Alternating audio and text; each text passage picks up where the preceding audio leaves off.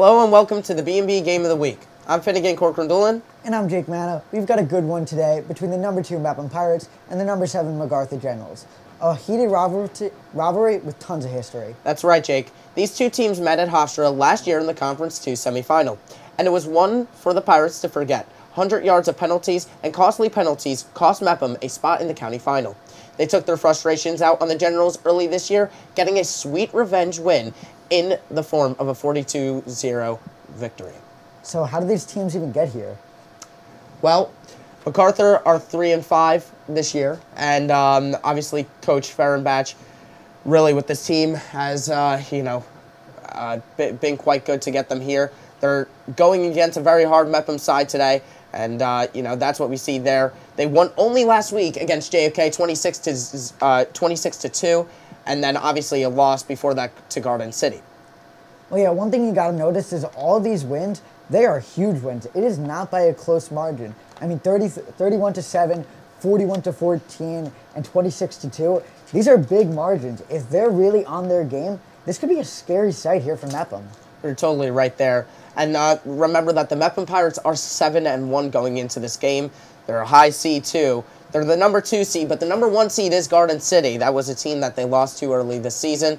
Both teams did lose to Garden City. That's something that they might want to forget about. But both teams going into this game, it will be a good one, to say the least. This is kind of like almost a rivalry, even though they're not in the same district.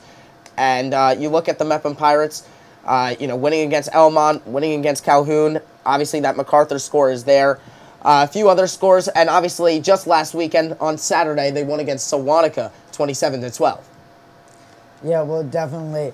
Mepham has just absolutely steamrolled opponents in the start of the year, winning their first 4 by large margins. And then they kind of hit a brick wall, you could say, with Garden City, and then continued at the rest of their season. So one thing that these two teams have in common is what you said, is historically, it seems like these teams just year after year play Garden City and they just have a game against them, and they cannot really seem to get a win out of it. Yeah.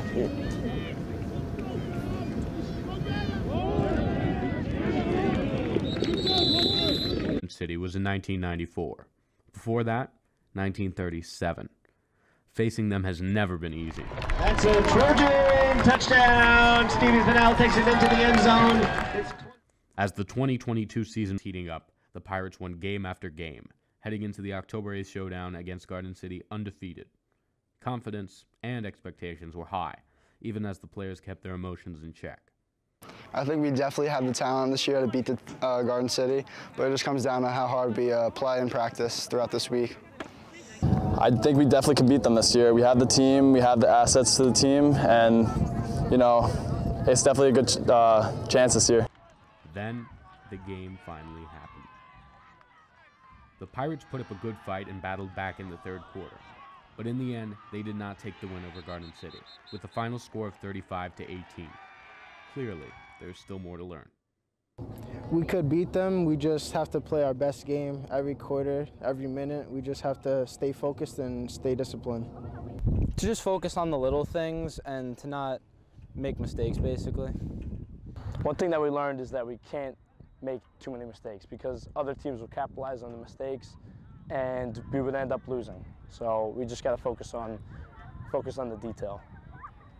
I think I just learned how important it is to take every game one play at a time. Not trying to play too far outside of yourself, not trying to win the game on a single play. Win one play, win the next play, and if you string enough of those together, right, good things tend to happen.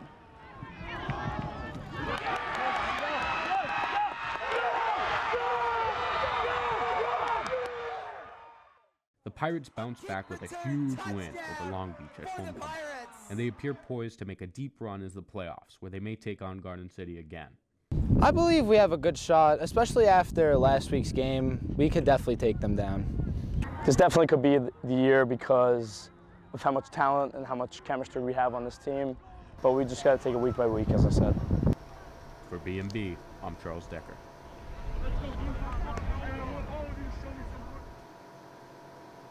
Jake, it seems like Garden City is always there waiting at the end of each season. That's a mountain that one of these teams might need to climb if they want to win the Nassau County Championship. For more on today's game, let's go out to the guys who are going to call the game. Sean McQuillan, Tyler Steinberg, and Matt Mano. Guys? Thanks, Jake. Thanks, Finn. You guys are doing a fantastic job hosting our first ever 30-minute pregame show. Hello, guys. I'm Matt Mano alongside Sean McQuillan and Tyler Steinberg, and we are down here on the booth. We were able to watch player warm-ups, and let me tell you, this is going to be a good one. Both teams, the energy is high, and everyone's excited for this game. Yes, Matt, you couldn't have put it any better. The rivalry between these two teams is to the extreme. Let's look back to last November in 2021. Mepham versus MacArthur at Hofstra University under the lights. Mepham blows the lead, loses 21-18 under the regime of Coach Caraco. Levittown goes in with momentum against Garden City. Garden City last year was one of the best teams they've had in a long time. Garden City took advantage of it. This year, it's all different. Tyler, what do we have now in 2022? Yeah, I mean, obviously, you talk about the past that both these teams have. And, you know, this year was kind of that redemption year for these Mepham Pirates. They wanted to come back and make a statement. They did that in the regular season against this MacArthur team, beating them 42-0. So, you know, obviously that feels good, but now all of a sudden you're at a bigger stage, the playoffs. It's more than just a rivalry. This is what you play for. This is the point of football. You can play with your brothers, go out there, have fun, and all play for one common goal, and that's winning a football game. And also, Tyler, we got to really look at some of the things for playoffs. Like you've seen it in the baseball playoffs with new guys stepping up like Pena. New guys will step up come postseason. Who do you guys think it'll be stepping up? For me, I'm really thinking this is the Dylan Dunn game that Mepham has been waiting for. Remember last year in the playoff game that we covered, Dylan Dunn, had there been fantasy points, he would have had around 37 fantasy points by halftime, 300 yards and 3 touchdowns in one half. I think this is his game. I mean, if you're gonna talk about guys to watch and who do you think you should watch out for, I'm going to go with one of my boys, Chris Norris, number 6. Chris Norris, for this Mepham team, as shocking as this may sound, has been the best player for this Mepham Pirates offense and defense in the past 3 weeks. He has almost nearly 7 touchdowns in the past few games. He was our player of the game when they took on Long Beach at homecoming. On the season, rushing 22 rushes, 175 yards on the ground, and 4 touchdowns. 1 at the goal line, 3 were otherwise 30-plus yards. 19 receptions, 320 yards, 3 touchdowns for the biggest receiver on this Mepham Pirates team. I'll confidently take Chris Norris. Yeah, and I mean, I like the players that you guys picked, but and this might sound like an easy way out of it, but I really think that it's this whole MacArthur team in general. We saw last year how good they were, but you know they also had a ton of seniors that were in starting positions. This whole MacArthur team really, they had about 3 returning starters from last year. So you know this year they're all new players. They've had a whole season to learn. That's why that 3-5 record might not reflect how good they are as a team, but it's going to take a whole unit to beat this Mepham Pirates team. And Tyler, adding on to what you just said, there are numbers that live in both these teams' heads. MacArthur, the number 33. 33 seniors left this program last year, graduated. And might I jump in? That 33 seniors, sorry to interject, but those 33 seniors make up more than Long Beach's, the number 3 seed, their entire roster. So MacArthur has lost 33 seniors, 33 seniors, that's all their depth, all their all-counties, all their all-conference. They lost everything last year, and they thought last year was their year. For some of it was, but in the end, it was not. The Mepham Pirates, the number that lives in their heads for this game, the number 42 and the number 18. 18, the score of their final game at Hofstra University, where they came just short against a strong MacArthur defense at that time. The number 42 is when they shut out MacArthur at home a few weeks ago and had the largest fan population that the Pirates football team has seen in a very long time. This is going to be a game to remember, and the 3 of us will have it all. And now we're going to send it back to Jake and to Finn to close out this show. We've still got a lot more. Stay tuned on the BMB pregame show.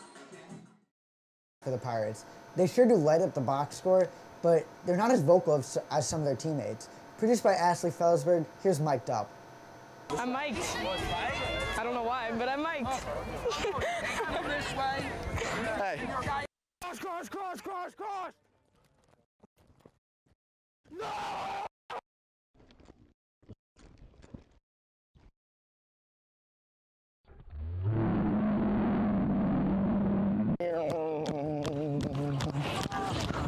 That's it every time.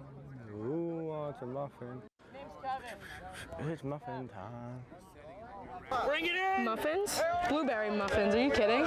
No, Chocolate chip muffins are like mid. They're mid. Blueberry muffins. Ew, I hate chocolate. Blueberry muffins. Blueberry. Hey,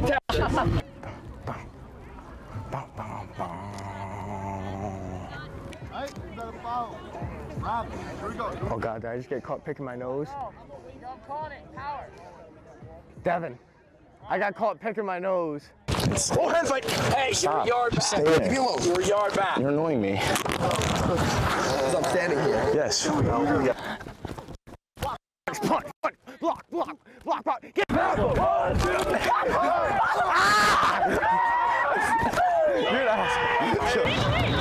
Like 2 steps this way. I didn't just rock anyone. Yeah, hit the first thing that comes at you. Sounds wonderful.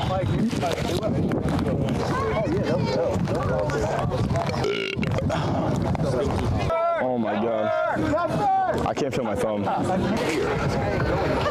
Do you want it when I'm done? Huh? Do you want it when I'm done? The mic? Yeah. Word. Vincent, line up. Go get the other ball. I'm not doing this today. Lemon. He's It's going a little sour. Oh, I hated that. Now I'm free to talk. What happened? Yo, once it comes off, I'm roasting. Shout out BMB. No. Yo, shout out BMB.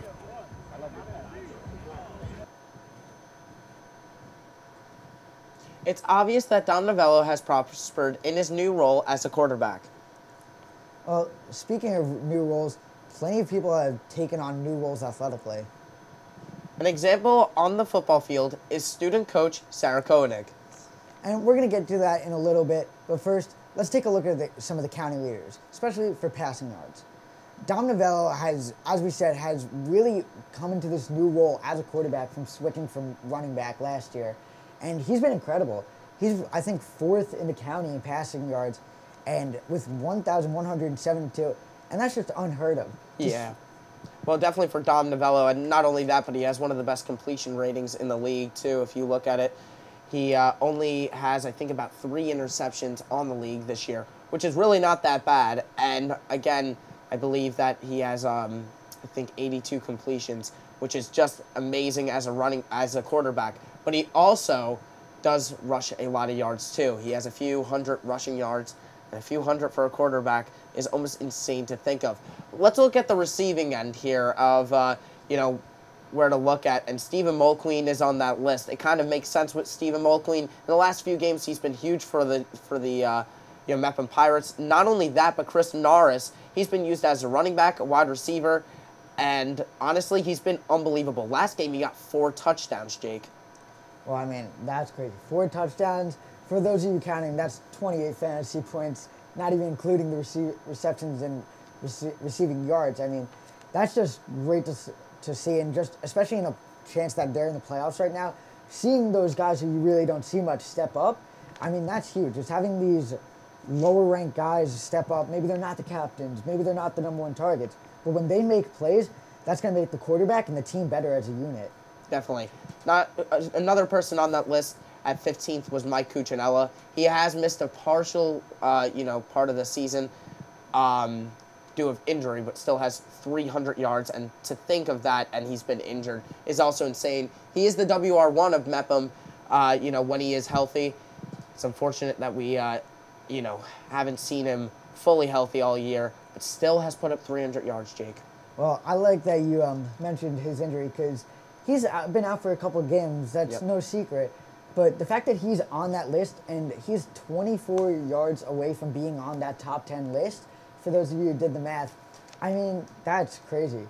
Just seeing that he's 24 yards away, just 3 first downs away from being on that top 10 list after missing multiple games, I mean, that's just a season to remember, and a senior season to remember for Cuccinella. Yeah, not only that, we did speak a little bit about Chris Norris, and again, just been unbelievable this year. He's been a running back and a wide receiver, and again, he's been unbelievable on the rushing yards too. I know that Coach Moody said that, they've been using him as more of a running back too in certain situations, and again, it really worked against Sewanaka last game. I mean, he got 4 touchdowns, which is just unheard of for players just to get all of that individually. It must be insane, and Chris Norris has been unbelievable this season. Well, we've been talking a lot about Mepham's receiving corps, but we forgot to name one important name, and that's Dylan Dunn. I mean, I kind of describe him as the Deebo Samuel of this Mepham team. He likes to play running back. He really gets those red zone carries, but he's a receiver at heart, and that's one thing that he strives to be. He's great in the open field, but he's kind of that Deebo Samuel role. But back to Sarah Koenig, it's great that students get the opportunity to help coach the team that if they desire. And even better, that a girl gets to coach the boys after the boys aided the girls' flag football team in the spring. BMB's Haley Hepworth has more on why Sarah got this role. Typically, the high school football teams in Bellmore-Merrick are coached by men, but this year the team is a new addition to the coaching staff, Sarah Koenig, the first assistant girl coach of the Mepham High School football team. Moody contacted me over the summer asking if I was still interested, and I said yes. But everyone is wondering, what does Sarah really do as a student coaching other students? I'm coaching special teams with Coach McHugh, and I'm learning a lot from that, and I'm enjoying it. Having a girl on the team, or even coaching the team, may not be normal, but the team makes sure they are welcoming her and treats her the same as all the other coaches. Having a girl as a coach is like having anyone else as a coach. She speaks to us like she's an adult, and she isn't afraid to have that authority and help run the team. So she's really great in that aspect. But Koenig does not think of this role as just a thing in high school. She is trying to set herself up for her future. She doesn't want to just stop here. She wants to reach the big leagues. I plan on majoring in sports management, and my first kind of career goal is to be a coach, and if that doesn't happen, I kind of have a fallback option, which is to be a referee for the NFL. Sarah has impacted the team this year in many different ways. She's just brings an energy to practice that can't be matched, primarily because she's peers with all of these, all the players. She calls some stuff during the games on special teams. She has a little bit of advice here and there at the end of practice to help motivate the kids, but overall she just brings a breath of freshness to the profession, and that eye to the future of what we're building the program to kind of always be. Yeah, I stepped up into a very particular role with special teams and Coach McHugh, so she's taking on a big role with that. But she keeps us riled, she keeps us hyped on the sideline, so we get a good laugh out of it sometimes. While yes, she is a coach, she has formed a bond with the team and became a close friend to many. I really feel like it is easier to learn for someone your own age because you relate to them, and I can mess around with her. But if I go up to Moody and I say all this kind of stuff, it's not gonna slide. Coaching takes a lot of responsibility and patience, and Sarah has it all. And for BMB, I'm Haley Hepworth. Thanks, Haley. From people learning new roles to people returning to the roles where they always belonged, Sarah Koenig is just a huge example of that. I mean, the boys have really accepted her as a part of this family, and that's just great to see after the boys helped the flag football team. Yep, definitely, and you said it best. Sarah Koenig, she's without a doubt, been a great coach this season. She helps out all the time. When I was playing soccer, you would always see her next to the coaches. You would see her with the boys too. She has a great chemistry with the team, and I mean, she's always there. So that's honestly just. She's a huge part of this Mepham football team. I mean, definitely. I like how you said that. She's really been incorporated into this part of the family, and I think she's one of the main reasons, as you see here, Mepham has this 7-1 record. They're going into this playoff strong as the 2 seed. Garden City's obviously, we've talked about that already, but Mepham's standing there pretty at 7-1 of 147.5 power. They are looking as one of the more powerhouses, and a little bit down there you see MacArthur at 3-5. But Mepham is really just trying to get themselves to the finals. And if you look at the bracket, they have a chance to face Garden City again in these playoffs. What do you think will happen if they run into them again? Yeah, I mean, it should be a really good game, obviously. And, I could see them almost getting revenge. But Garden City's a very strong team to look at. But if you look at the other teams, I mean, they've beat Long Beach, who've only lost twice. Remember that. And they've also beat Elmont, too. Yeah. So that's all from us for now. We're going to send it down to the third member of our crew, Ryan Marr. Thanks, Finn. Thanks, Jake. I'm here. I'm Ryan Marr. I'm here, though, at Mepham High School. And, it is beautiful out. You cannot have asked for a better day to play a playoff football game. It is beautiful. I mean, we have fans in the stands, and I mean, once again, it is beautiful. So, I mean, we got the cheer, we got everything, but that's it from me. I'm going to send it back up to the guys in the booth. Thanks, Ryan. Jake, it's been unseasonably warm these past few days. I'm not sure if temperatures benefit one team or the other, and I'm not sure if rain is in the forecast, but there's one person who does. Let's check in with Cumulonimbus Charles with the game time forecast. Thanks, guys. I'm a little sorry about this morning. I got to apologize. I left the fog machine on. It was 4 a.m. I was tired. That's all my bad. But I spoke to the right people, and look at this. This is incredible. And as for today's weather, it's loud and clear. The energy here, loud. The skies, clear. And as for the rest of this weekend, you'd have to tune in to the BMB morning announcements on the BMB YouTube channel. And now, I'd like to send you guys back up to the studio.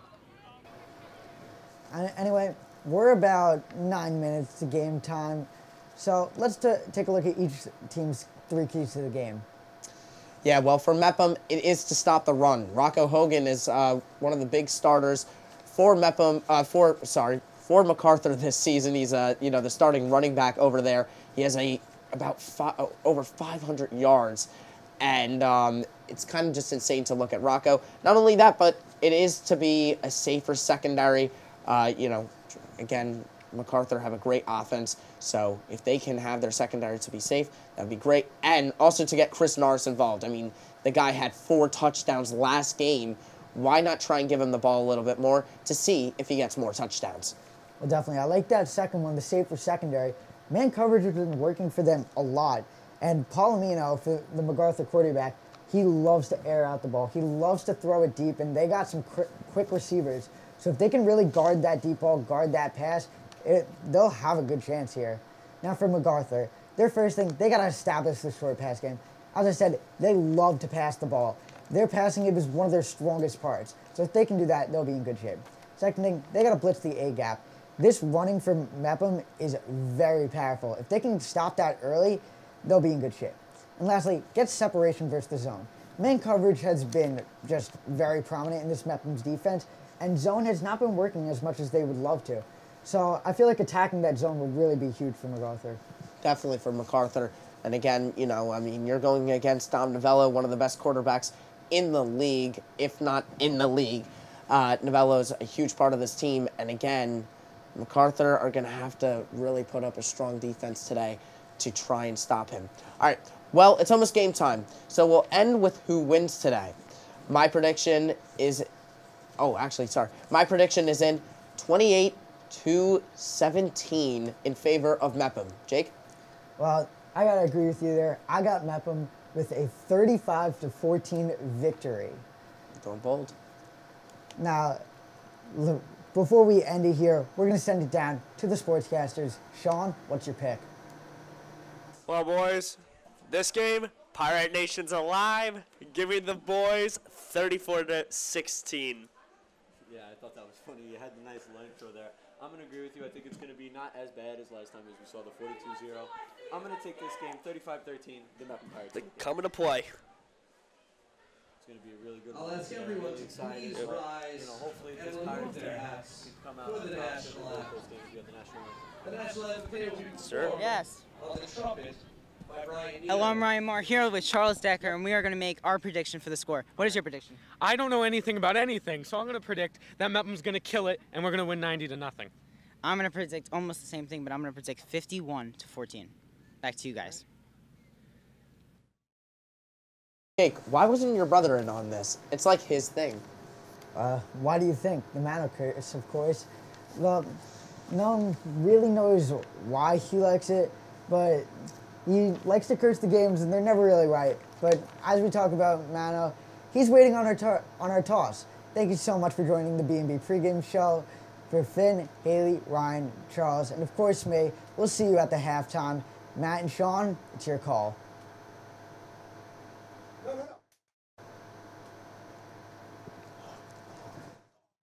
So we're almost in game time. We're about, 5 minutes away still.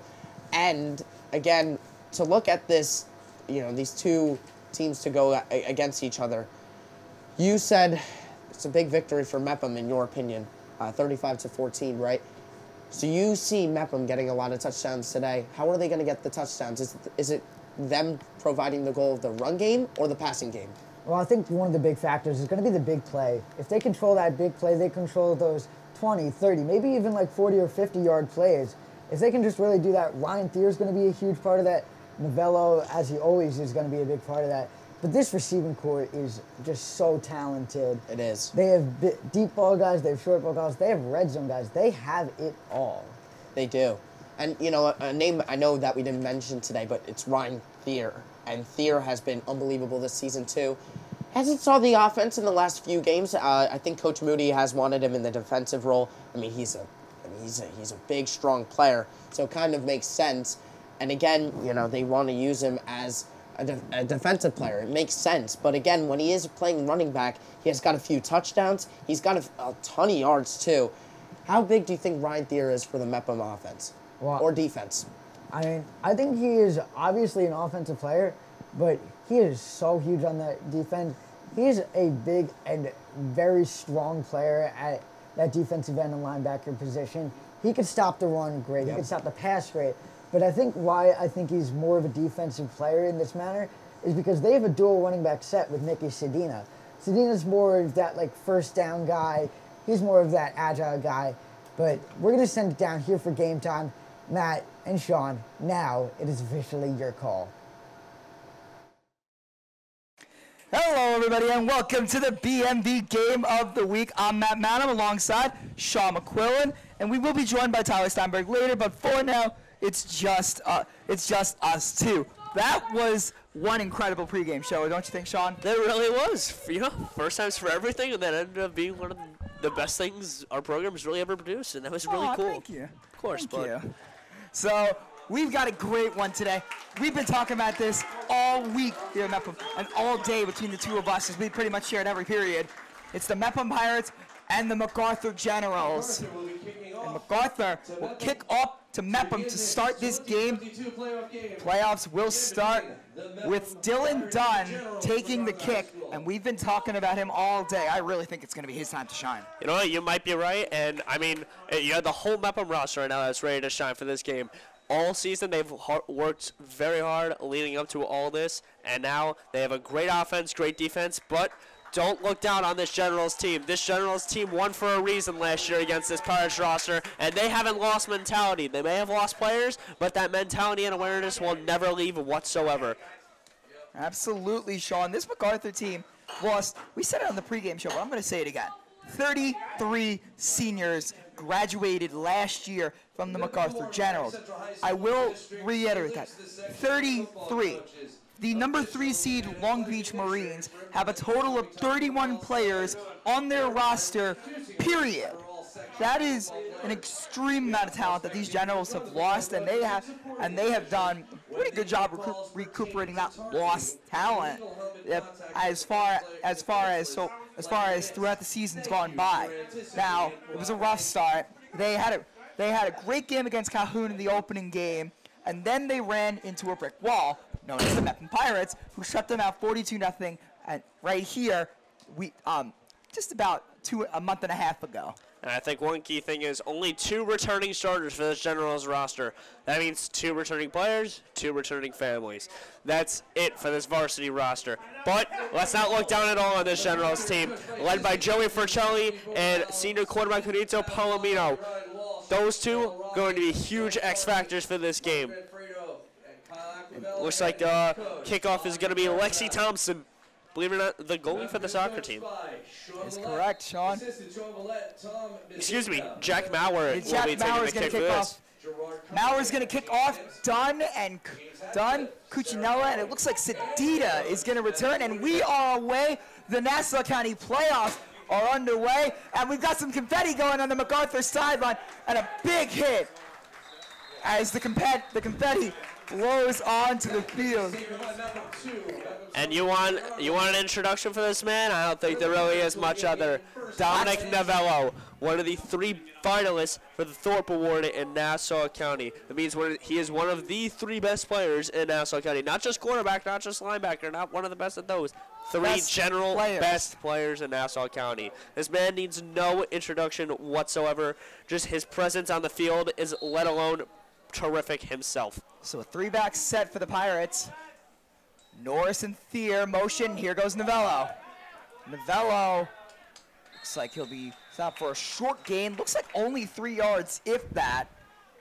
And that's a great play for MacArthur, especially with all that motioning with a new set. We haven't seen a lot of that triple back set from Mepham at all this year. We know they had it in their back pocket. Stephen Mulqueen, we didn't know number 8. if they used it. So this is going to be something. And once again, Thier, Walker, and Norris in the backfield. Only 2 guys wide. Now they motion to the other side. It's going to be the same play. The running. Keeper. Here goes Novello. He's got the first down. Great blocking by Mepham up front. They got blocked like that. If they're blocking like that all game, this is going to be a lot of trouble for the Generals defense. That is correct. And this General defense is going to need to stop the run game. That's their biggest key to this game right now. Blitz that A-gap, blitz that corner. This is their biggest key to the game.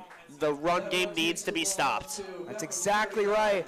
This defensive line for MacArthur is huge, and I mean huge. They've got Sal Orlando, who's a whopping 6'4", 320 pounds. As Thier almost drops the snap, and he's going to be dropped for a gain of 1. So let's take a look at Mepham's offensive starters. Short gain. Bring up 2nd and long. Dom Novello, number 2. Stephen Mulqueen, number 8. Michael Cuccinella, number 20. Dylan Dunn, number 3. Chris Norris, number 6. Ryan Thier, number 32. Dylan Hunterkamp, number 60. Brendan Toomey, number 55. Kieran Roth, number 57. Aiden Donlevy, number 68. Kevin Perry, number 7. So there are your player intros for the Mepham Pirates as Novello. They got a block on him. They got to get blocking as Novello breaks the tackle. He's still going. Dom Novello across midfield to the 42-yard line. Listen to this stat quick from Dominic Novello in the regular season. 78 rushing attempts for the starting QB. 524 yards. That's more than any person on this whole team for all-purpose yards. And a total of 11 rushing touchdowns combined with 11 passing touchdowns. That is remarkable from a starting QB. And the QB rating over 145. Absolutely ridiculous. So another triple back set. They give it a Thier. Thier right up that A-gap that you were talking about, and he is dropped at around the 36-yard line. That's where the trouble is going to come in. And last year, if you remember at Hofstra, Mepham's key to the game was utilizing Ryan Thier. Ryan Thier had 2 big touchdowns last year at Hofstra, and he's going to look forward to having maybe a few more today. That's correct. Q. So now it's 2nd down and 6. Novello gives it to Thier, and there is Sal Orlando. The big boy with the big play. Big boy's gonna make big plays. That front 7 is huge today. This Mepham line is young and inexperienced, and this MacArthur front 7 is also young and inexperienced, but there's still some key players on this team, just like Sal Orlando. 6'4", 320 pounds. We're gonna say that about 5 more times over the course of this game, but listen to this crowd. It sounds like we're in Levittown right now. Here's a huge 3rd down for the Pirates. 3rd and 6 from the 38. Same triple back set. Novello, a couple of hard counts. Watch top of your screen. Look, Mulqueen is 1-on-1. Does he trust? No, they're going to go to Thier. A little bit of penetration, and they get him in the backfield. Huge stop by the Generals. Ben Velasquez, he's been incredible all season, playing anywhere and everywhere on both lines, and that is a huge play. And now it looks like Mepham, they didn't get the first down, but they've got one more if they choose to use it, and they're going to. I wouldn't be shocked if Moody tried to pull off one of his big plays here when he just tries to draw him off. No, it looks like the punt team's going to come on. Yep. Looks like we're going to see the punt team, and on comes Gianmarco Priola. Back deep to return for the Generals. It looks like Caden Chang. It's a big punt here also. Yes. Because if you can get a good punt here and you can get them within the 5, that would be huge. And Gianmarco Priola has done a very successful job. It's a muff punt. The trouble with the snap. Priola still gets it off. Bounces inside the 20. and it'll take a MacArthur bounce down to the 23. So that could have been disastrous. That could have been disastrous. A knuckleball punt from Joe Marco Priola, and the MacArthur Generals' first drive defensively against the Mepham Pirates goes 100% their way. Stopped the run game, left and right, every single down. So MacArthur's offense, if we could take a look at their starting lineup, they are led by a senior, Junito Palomino, and Palomino hasn't been the starting quarterback all year. He hasn't necessarily been their starter. He was their day one guy, and then he got pulled midway through the season, and at that point it was really Andrew Cardone's job to lose, and that he did. And Palomino's back has been leading the Generals on an upward trend. And with Janito, look who's in the backfield, Joey Forcelli. Forcelli, an absolute stud when it comes to the running game. And they fake it, and here goes Palomito, and he's down by Novello. That'll look like it'll be a gain of 3. If you were looking for a high-scoring game when you tune into this, you might not be getting that today. This is going to be a game of defensive juggernauts. Absolutely cute. See, these Mepham Pirates have such a good defense, and nobody talks about it because their offense scores in bunches on top of bunches. They can score on anybody in the conference, and it's been shown they were able to do that on Garden City. They didn't win the game, but their offense was clicking. Just a couple of costly turnovers, and turnovers that really did the Pirates in. And they go a QB keeper, and he's shoved down by Nick Walker. Now, here's the scary part when it comes from the MacArthur Generals, and this is the scary part about their offensive game. The passing game for this team all year has gotten by under the radar, but not in a good way.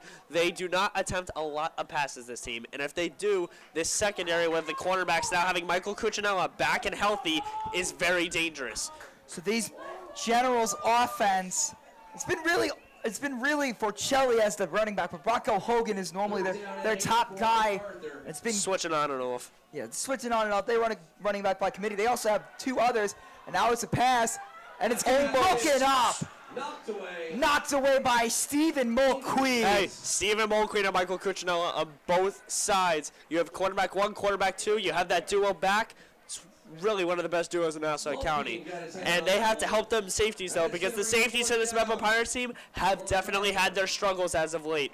And, I mean, just look at this read there. Yeah, Novello almost had a good read on it, too, but that's Mulqueen making an incredible break on the ball. It's a good throw. It's a good ball. Maybe you can get a little more inside of the route, but, I mean, can't really get more perfect. And now look who's back to return, Dylan Dunn for the Pirates. It's a high kick. Might not be taken by anyone. Takes a MacArthur bounce, and it could keep going. It's still going. The wind at his back, still going. Landed just inside the 40, all the way down to the 29. That's a break right there. A muff punt turns into a good one. I thought I got tipped at one point, but it was not. He had pressure, but yet avoided it. Now, if you're the Mepham Pirates coming out of a drive where you only ran the ball and you have a quarterback who can sling it, I think Coach Moody knows what he's got to do with his offense. I would hope so. And both these teams have a couple of trick plays up their sleeve. Coach Moody is just ultra creative, and then for MacArthur, their trick play is just whenever they throw the ball. So there's another resigned run to Ryan Thier. That could have been an option, but Thier takes it for 6. Mepham's version of the bus. Mepham's version of Jerome Bettis breaking tackles left and right. That was a beautiful fake from Dom Novello, too. Ryan Thier is probably the person in Nassau County who you do not want to be left alone in the A-gap with. Ryan Thier just hits the hole, and the vision right there. Dylan Dunn is so elusive and demands so much attention that he just cleared out all the offensive linemen, all the center and the guards cleared out, and that just left Thier with the explosiveness, especially for his size, was just able to burst right through that A-gap and get a good game. Watch this right now. Chris Norris is in the slot one-on-one. It's going to be a QB keeper. Novello up the middle. He's going to be close. It looks like he's got the first down. And it's a first down. They're going to give it to him barely by inches. Yeah, it looks like he had it. First down, Mepham. Looked like the spot might have been a little generous, but still, nonetheless, it is a first down for the Pirates. Mepham going with their usual 4 wide-out formation here, and you got Thier right by Dom Novello's side here. So on a first down play, you know how Moody likes to run him. This is going to be a toss. He's got blocks. Sweep. Dylan Dunn's got blocks. Dylan Dunn almost has the first down. Utilize weapons that normally don't get utilized as much. That is going to be the Mepham offense key. If you are only going to utilize your 2 best players, it's not going to work with Dom Novello and Ryan Thier just running the ball every time. Use your wide receivers. Get them involved on run plays. This team is lightning quick. This team, absolutely. This Pirates team has just been incredible. They're just stacked with talent. You've got the fastest man in your school. On the bench is your 4th wide receiver as Novello bursts through the seam. Breaks it. Novello, he could go. He will. Touchdown, Mepham. Dom Novello to the casa. There he goes for the first one of the day. How do you like that? Dominic Novello puts the Pirates up 6-0. A 50-yard scamper all the way to the house. And my friend, that is the best quarterback in Nassau County you're looking at. Not second, dead first. Great blocks from the receivers here. You know, look on this replay here. O-line follows. Dylan Dunn with the key block on that play. The smallest guy in the field getting the biggest block in your biggest game of the season, leading to your biggest play of the game thus far. And here's Priola with the extra point. Who's been perfect, by the way, at PATs all season. Why do you say that? Because that commenter, his curse exists. It's down. It's perfect. It's perfect. It's perfect. Just John Marker Priola. He does not miss. 7-0 Mepham now. Pirate Nation is alive. The Pirate crowd is alive. The MacArthur Generals side has gone silent. A late arriving student section for these Pirates, but the whiteout is here in full force as the Pirate fans, the teachers, the students are all out supporting this team. Hey, that was terrific blocking for the Pirates O-line. If that O-line does not follow, Dom Novello's not getting even a first down. Absolutely. Great job by the quick feet of that offensive line. And that's one of the benefits to having a smaller, more muscular offensive line as opposed to just big boy after big boy after big boy. You've got athleticism on that lineup. A guy I like to think of is your right tackle, Kevin Perry. Kevin Perry is a Division I defender committed to University of Tampa for lacrosse. Pace University. I'm thinking of Priola. Both of them are committed. Both of them are playing Division II lacrosse at their respective colleges. Priola is going to Tampa. Perry is going to Pace. Yes. But still, you've got that level of athleticism at kicker and right tackle. That's going to spell problems. You've got athletes. You've got athletes left and right. A potential fake to Priola. That's something that you could just use. Priola could potentially take snaps at a receiver if you need to, if all of your guys, if God forbid all of your guys go down. Like, that is something that absolutely could happen. And Priola, both of these guys have such athleticism. This Pirates team is just filled with athletes. It seems that all of the top athletes in this school go on the football team. So, offense and defense have so far connected for the Pirates. Special teams has been a little iffy, so we gotta see how this kickoff goes. You'll see this Pirates team covers so quickly. All of their fastest guys. Edelson, Zarilla, McQueen, Malloy, Don. See how fast these guys get down the field. It's going to be a squib kick bouncing at the 18, and could have let it go out. It might have. Oh. It's going to be taken by Caden Chang. Caden Chang is flipped. A huge hit there. Huge hit from the Pirates, and on it comes back this MacArthur offense. Started moving a little bit on their first drive, but not as much. Let's look at this hit again. Who else would have gotten that hit? That hit looked like Novello got in there, but it was actually the JV call-up Nick Gampero who made that hit. A little low, but Gampero coming in with a huge hit there.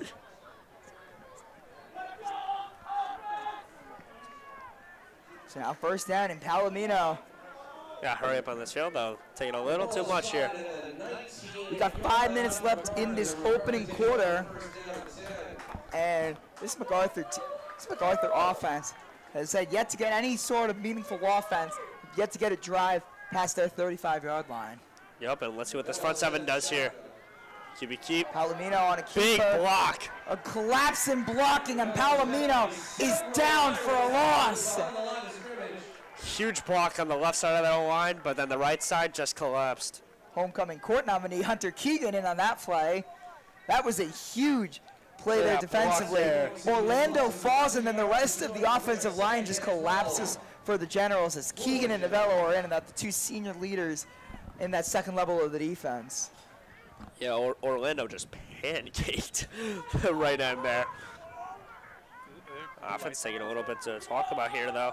2nd and long for the MacArthur Generals offense. You would have to think they got to try to start utilizing this pass game a little bit. Absolutely. Trips left, it looks like. Yep. This is an interesting formation, one that we haven't seen. Palomino's going to look to throw. He's going to throw it high. It could be picked. Oh! It is! One-handed. Intercepted. How do you like that? Stephen Mulqueen with an incredible catch. A one-handed snag.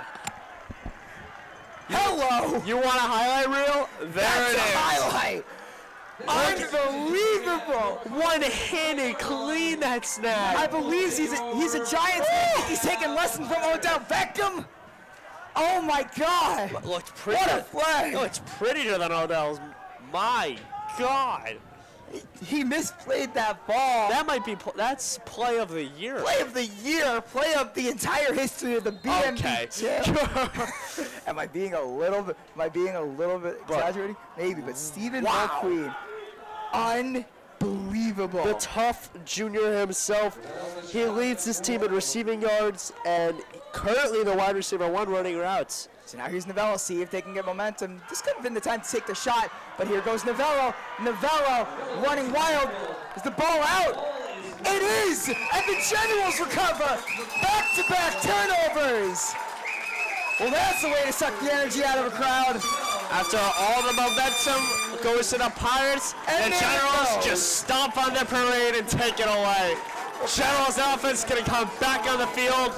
This is huge for the Generals now. This is playoff football. Momentum is the key when it comes to playoff football. If there's no momentum, no big plays, there's no help at all towards offense or defensive help.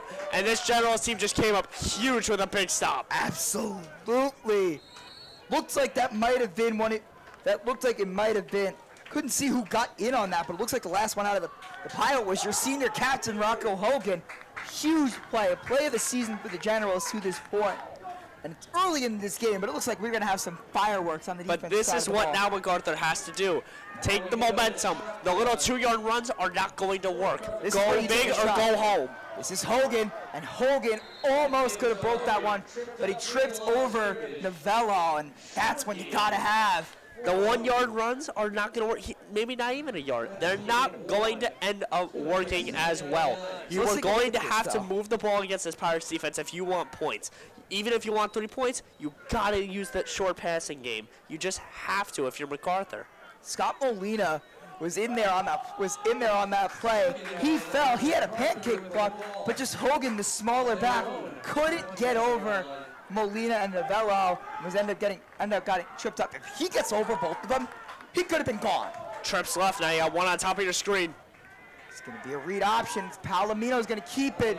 Palomino takes it to the 34, and he's not going to get the first down there. Nowhere close. It's a good gain there.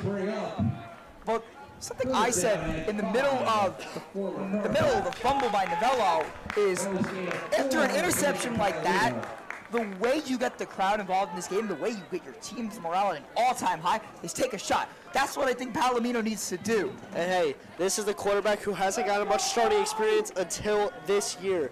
He started at quarterback for the first beginning of the year, same thing. He throws a good deep ball, but I mean against this team with the secondary like that, it's gonna be tough. And the deep ball he threw to Mulqueen. There he goes. That's actually the prettiest. Now he's gonna throw it. He slings it, he's got it! Man. He's got it! Mike Hesby with the longest play offensively for either team. A huge play there. Well, there's the deep ball we were just talking about a second ago. I just said he throws a good deep ball, and there's a result of what I just said. Terrific throw. coverage wasn't totally there. Looks like Devin Green just got out-rounded. He just got beat. Has to be a taller guy. He's a quicker guy.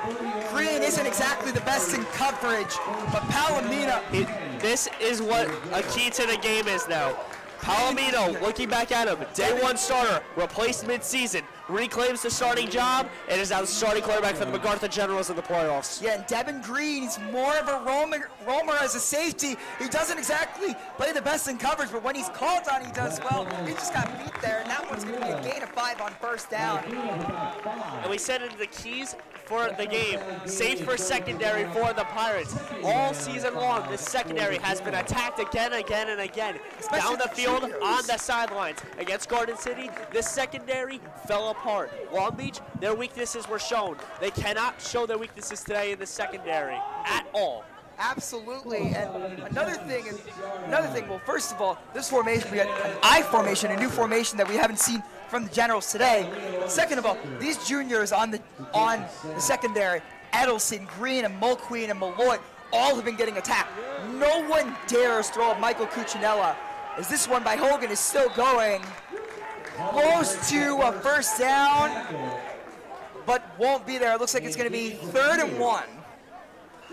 Yeah, it looks like it's going to be 3rd and short, and this is where MacArthur excels, 3rd and short. Because now you can either go with a trick run here with the QB keeper, or you can even go with the short pass play.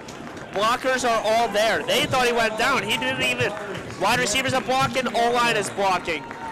So now, looks like this Pirates team, I would not be shocked if we see 7, 8 guys in the box for this play. Looks like it might be the last play of the first quarter as well, as we have 14 and change left. 3rd and 1, and they're going to run a QB sneak. Palomino falls down. He's able to easily get the first down. And it looks like that's going to end first quarter action here at the home of the Mepham Pirates. That's going to be it for the first quarter. Q will see you in the 3rd quarter. And now for the second quarter, we're going to bring on... They called short. They called short, really? They must have thought when he stepped on his knee, hit the ground. Yeah, that is a huge call there, and it looks like we're going to flip field, and we're going to flip sportscasters. So, Sean, at the end of one, your time is up. The Pirates lead 7-0. So now Tyler Steinberg will join us for this second quarter.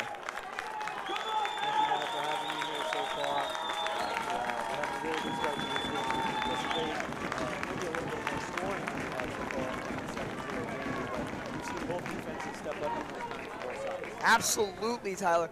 The defense has stepped up. The offenses are responding, and I really do believe we've got a game even better than the Hofstra game last year in store. Yeah, you're right on that, man. We saw last year, again, this Pirates team falling just barely short, but this time they're coming back with a vengeance, and it's going to be very interesting to see how the rest of this game goes. We've seen both sides going back and forth at each other, and the Pirates so far get the best of it in the first quarter.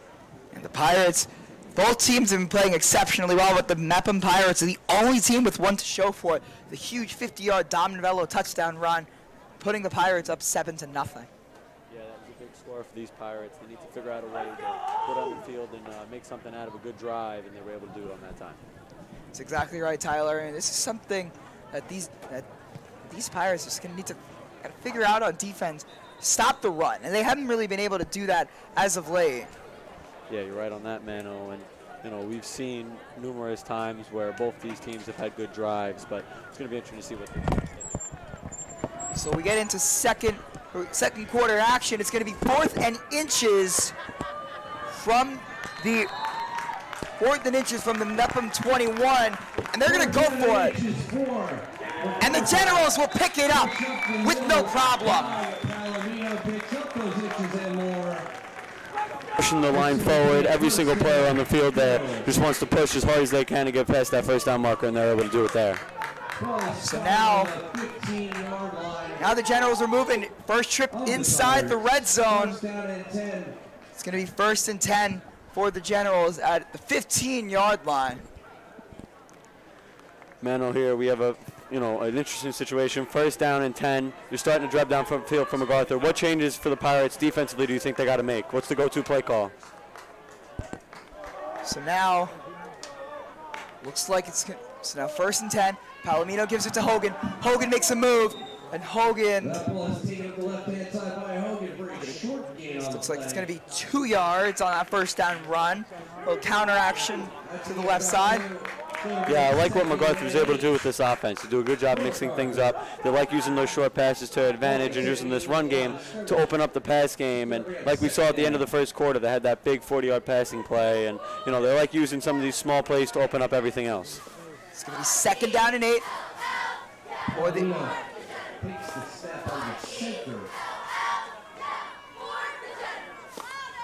So here's Hogan now. Hogan is stood up by Norris, and his forward progress is going to be stopped. It's going to be 3rd down, a huge one at that. For the Generals. Yeah, good job there by the Pirates defense. Stepping up, making a play, open field tackling is one of the most important things that we see in the game of football. And right there, them doing a good job of it. So now it's 3rd down and 8. And Palomino. Tyler, what do you think these Generals are going to go for on 3rd down? What do you think the play call is going to be? Yeah, I think they've done a good job so far mixing up that run game into it, even though it hasn't been that successful. And, you know, I wouldn't be shocked to see either some run play right up the gut or use some play action. Either way, you want to stick to a similar game plan than what you had with the They've got one-on-one. Dinkelman's got one-on-one, but instead it's going to be a run. Hogan bounces it to the outside. Hogan is going to be close, but see the spot, he does not get it. Nowhere near a 1st down. Yeah, very close call there. It was a good play. He broke one tackle, almost got free there. But again, these Pirates stepping up in the open field, putting their shoulder down and laying a man out. So it's going to be 4th and 5. MacArthur, a huge play. Now we know their kicker can hit from 50 plus. We saw it in warm-ups. However, they're going to elect to go for 6 here. It's 4th and 5 on the 11. Why not? Yeah, I agree with you there. You got to be risky to win a game against these Mepham Pirates. And, you know, if you're going to lose, you might as well leave it out all on the field. And that's what this MacArthur team is going to live with. So here's Palomino under center in I formation. Could we see a run on 4th and 5? I believe it's looks like it's going to be a timeout. Timeout. For the Generals. It's a good timeout for the Generals. I think you got to calm it down a little bit, 4th and 5, and just really think this over. Make sure everyone's on the same page, because one mistake here could cost you points that at the end of the day, you know, might be the difference maker in this game. That's exactly right. Yeah, so now we got to really take some time and debate the play call here, because if I were Coach Fehrenbach in these Generals, all I'm saying is John Dinkelman, I'm just saying, had one-on-one on that 3rd down play, and if they had run a play action, a bootleg to the right side, he would have been wide open. It would have been 6. Yeah, you beat me there, man. I was going to say something around the bootleg. Either that or even an RPO, we could see that. Something where you have a receiver on the outside, a quick slant. You can either give it to the running back. The run game has been pretty good for this MacArthur team. They wished for it to be a little more successful, but they've had chunk plays. They've had that 4 or 5 yard gains, and if they can have the options on the slant, maybe that'll be open one-on-one. They don't have a lot of guys running who like quick feet, except for Peter Michelini, and he hasn't gotten a single target all game. This isn't really the time to run an RPO, at least in my eyes. I mean, yeah, the blocking will absolutely be there. But 4th down, you really want a play that develops quickly, or not develop quickly, develops a little more, has a little longer of a time to develop, especially with this offensive line, and they're going to kick. So they send out the field goal unit. Jack Maurer in to kick for the Generals. Almost blocked, and it's nowhere near. So right there, the choice for the MacArthur. They call a timeout. They fake going for it on 4th and 5. Timeout. Get that kicker out there, and all of a sudden it costs them points and a chance to tie this game up. Yeah, that is honestly a head-scratching decision from these Generals. I mean, Coach Fehrenbach's done a great job coaching this team all year, especially with the amount of talent that he's lost. But that's just one that, honestly, going 4th and 5 is probably the hardest decision to make as a coach, because you're kind of in that range where, yeah, let's go for it. We can get 5 yards in one play, but at the same time, it's not in that range where you can run one of your I would say like one of your gimme plays. We can get 2-3 yards and just hope it springs forward for an extra couple of yards. It's kind of that gray area for a coach, and normally his kicker Maurer is excellent accuracy, not there. So Thier now on first down takes it for 8. Good start to this Pirates drive. I like running the ball just because it opens up everything else in the offense. You start running the ball, you can use some play action, some bootlegs, and all of a sudden you can take that shot deep. It opens up everything for this Pirates offense that is so run heavy, and right there getting 8 yards. You ask for a running back on first down, hey, just get 4 yards, give us a second chance, but did do a good job there getting 8 yards. We talk about Dom Novello, the change at quarterback for his senior year, just so dominant throughout this year. Speaking of Novello, he's going to take it up the middle. Novello still going. Dom Novello breaking tackles. And he's got a first down. Yeah, great job. Down to the 47. Great job there by Novello. We know how tough he is. He's got that dog in him, some people like to say. He breaks one tackle, able to put his shoulder down for the second one. And I can't really tell you how many quarterbacks I see willing to put their shoulder down and try to make a play. It's become more and more of a trend as these running quarterbacks emerge in the college levels and in the pros. And now you see more guys, more quarterbacks who love to have the ball in their hand as much as possible. And as a quarterback, you really need to be a leader. There's nothing more that shows you're a leader and there for your team than just putting your shoulder down and getting some extra yards. That one's tipped by Forgelli. He could have had a pick 6 there, honestly. Yeah, again, we've seen this Mepham team try to use that run, open up the pass. Right there, they try to get a little aggressive, start passing the ball, and it's kind of been a 50-50 ball a few times we've seen here for the Pirates, and right there it almost costed them. Absolutely, that was one of those plays where we had Novello's RPO, and this guy has an RPO, a power, or an out route. That's not a concept that you see often. It's normally either a stretch or a slant. That's not really what the Pirates did. Coach Moody is very creative, and now MacArthur has got everyone in the box, and that one's going to be a flag. That'll move the Pirates up. Yeah, right there you see a little miscommunication on the hands of MacArthur. You got to do a good job making sure you don't jump at all, and right there they get burned with the offsides. 5-yard penalty. So yeah, that'll be Michelini who is going to be called for encroachment on that one. You got to stay out of the neutral zone. He just ran a little too far. Yeah, all these edge rushers are so just kind of ready. They want to get at that quarterback. They want to try to make a play for their team, but sometimes you get a little too antsy and it burns you. I saw everybody in the box for the Generals, and they stay with it. Done. The motion man, and there's a flag down on the play. Novello is still going. We'll see if this holds. Another flag, so this one isn't going to stand, but Dom Novello is almost in, down to the 1, but there's no way that stands. Yeah, I think they might get a holding. It's coming all the way back. Yeah, I think they're going to get Pirates for a holding. Looks like multiple holds there. Let's take a look. Yeah, let's see, you got a hold there on it looked like Toomey, and then a hold there, rather obvious, on McQueen. So that'll put him all the way back. I do want to say, though, I really like this pre-snap movement by the Pirates. You saw Dylan Dunn. They faked him on the come around. He turns his short feet, feet right back. He's obviously very fast when he's on the field, number 3, Dylan Dunn. And, it opens up something, him being the lead blocker. Even though they did have those 2 holding calls, you still like the result of the play. So it looks like it's going to call, so it's going to be an illegal shift on the Pirates, and the hold was just not even acknowledged. It'll be 2nd down and 10. Yeah, hold to one of those penalties that could kill a drive. You got some momentum. You finally cross midfield. You get a big play, but then you see the yellow flags come out. You got to back up. It's one of those plays that you really just don't have to do it. You got to just keep your feet inside those shoulder pads and make sure you don't get too aggressive. And listen to how sorry, Tyler, but listen to how loud this MacArthur sideline is. Novello's under pressure. He steps up. Novello puts his shoulder down, but can't get there. Yeah, 3rd down. Looked like he was just short. Novello, though, again, using his shoulder, he's playing aggressive and he's playing fast, just not able to break off that tackle. Listen to how loud this MacArthur sideline is. We're on MacArthur's, the visiting side of the field. I'm having a hard time hearing you speak. I'd have to imagine that Novello's I'd have to transition to a silent count at home, no less. Yeah, there's not many times that we see a silent count used at home, but these MacArthur fans, they came up to play and giving this Pirates team a little bit of trouble. They don't outnumber the Pirate faithful, but they sure are loud. And here's on third down. We got a pass. Novello's under pressure, and it's dropped by Norris. Yeah, good jump there by this MacArthur defense. The cornerback reading the play. It was an out route, and then jumps the ball, hits it down, and now we have a fourth down for the Pirates. That one looks like it might have been broken up by the Generals, but still, if you're Norris, you gotta hang on to that ball.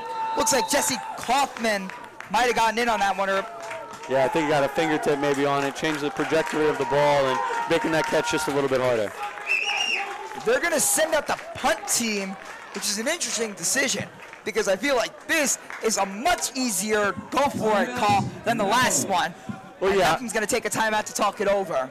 I agree with you. I think there's kind of two things that go pro and then go con. You know, you see it's 4th and 3. It's not 4th and 5, so it's a little bit more comfortable. You know, much more manageable than like a 4th and 5. But the other thing you got to take into consideration is where you are on the field. They're around that 50-yard marker. So it's great if you get it. There's a good chance that you can come up with it. Obviously, we have all these analytics that go into these coaches' decisions. But at the same time, you mess up, all of a sudden you're going to give MacArthur great field position. Yeah, absolutely.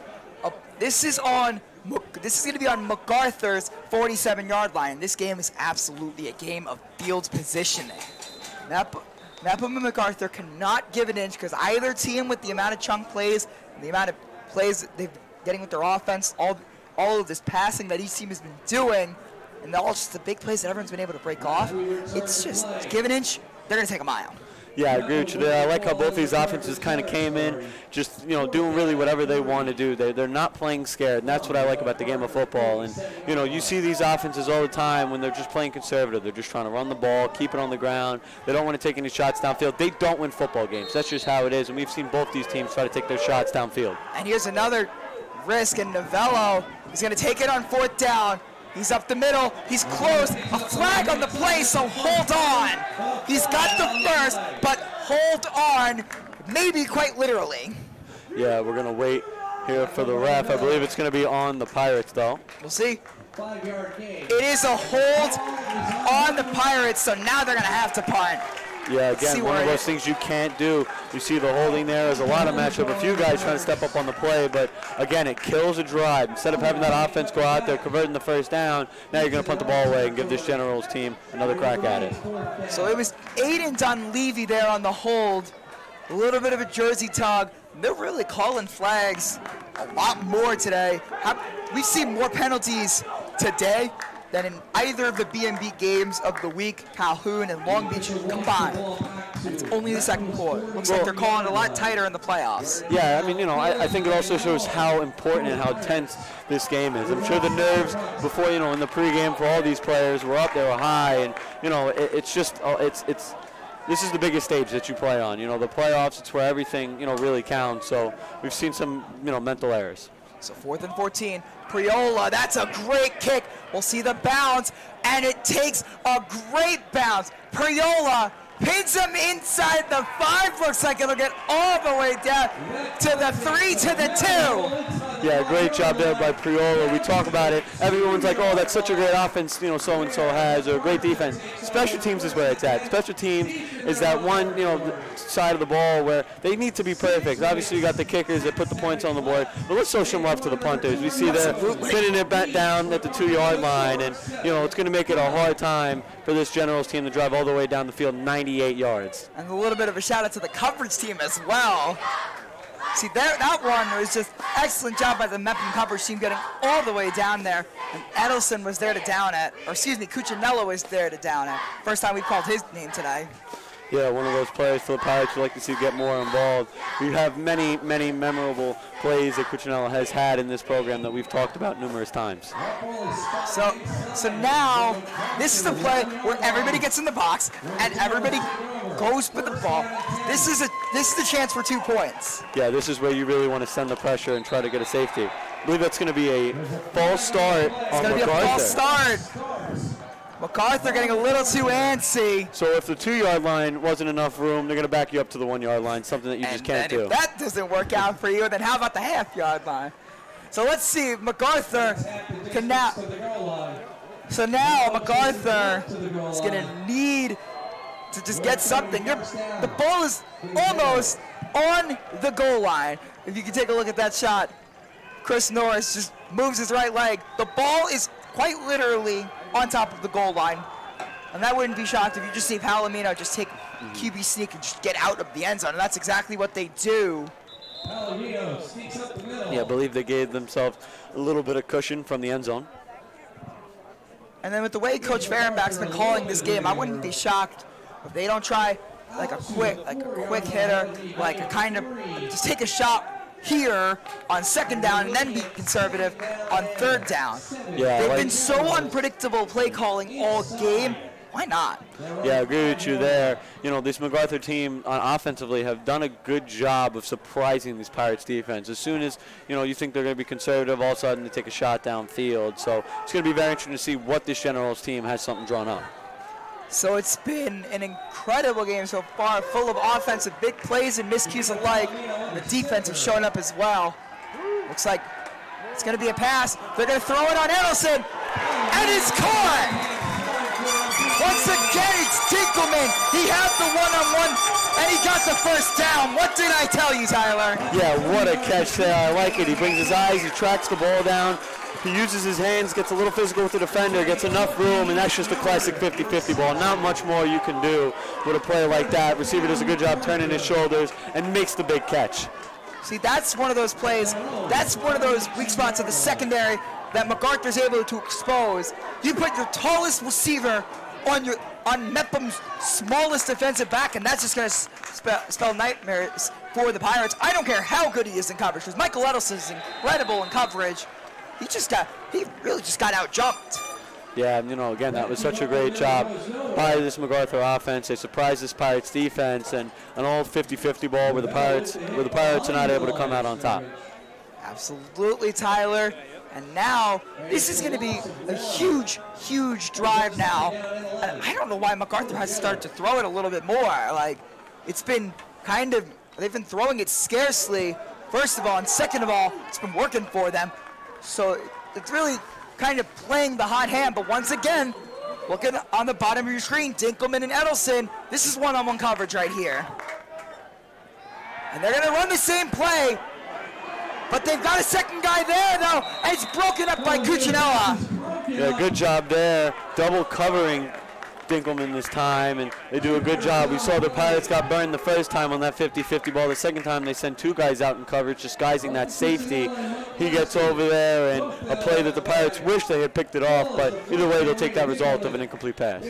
This time, Edelson did a much better job in coverage, much better timing his jump, and even without Cuccinella being there, I think Edelson would have made the play.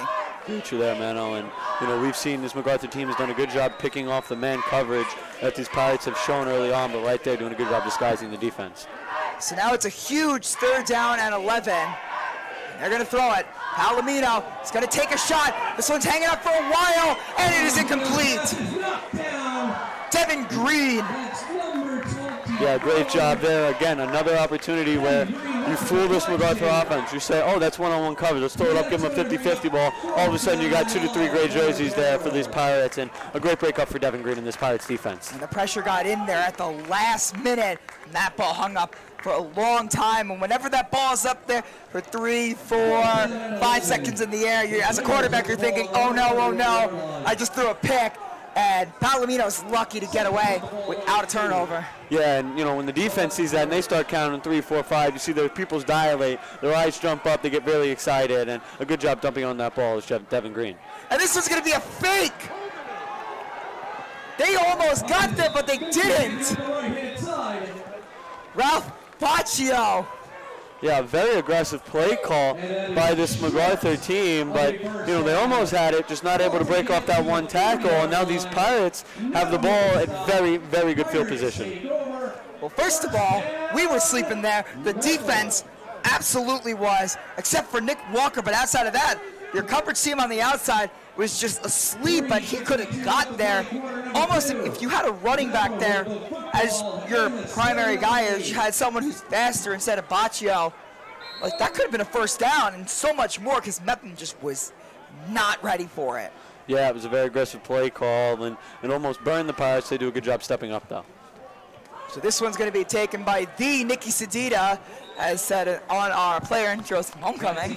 And the Nicky Sedita takes it to the 37-yard line for a gain of 3. Yeah, he's not the biggest running back, not the ideal size for a running back, but who says size, really plays a difference when it comes to height. So, you see here Sedita does a good job using his, he's one of the fastest players on this team. He hits the gap and gets a solid gain of 3. Well, size and height, first of all, are interchangeable, but height does not matter for a running back. Probably does not matter the most at any position in this game. So absolutely, look at guys like Darren Sproles, who are able to have great careers in the pros, being shorter than I am, and I'm not exactly the tallest fellow.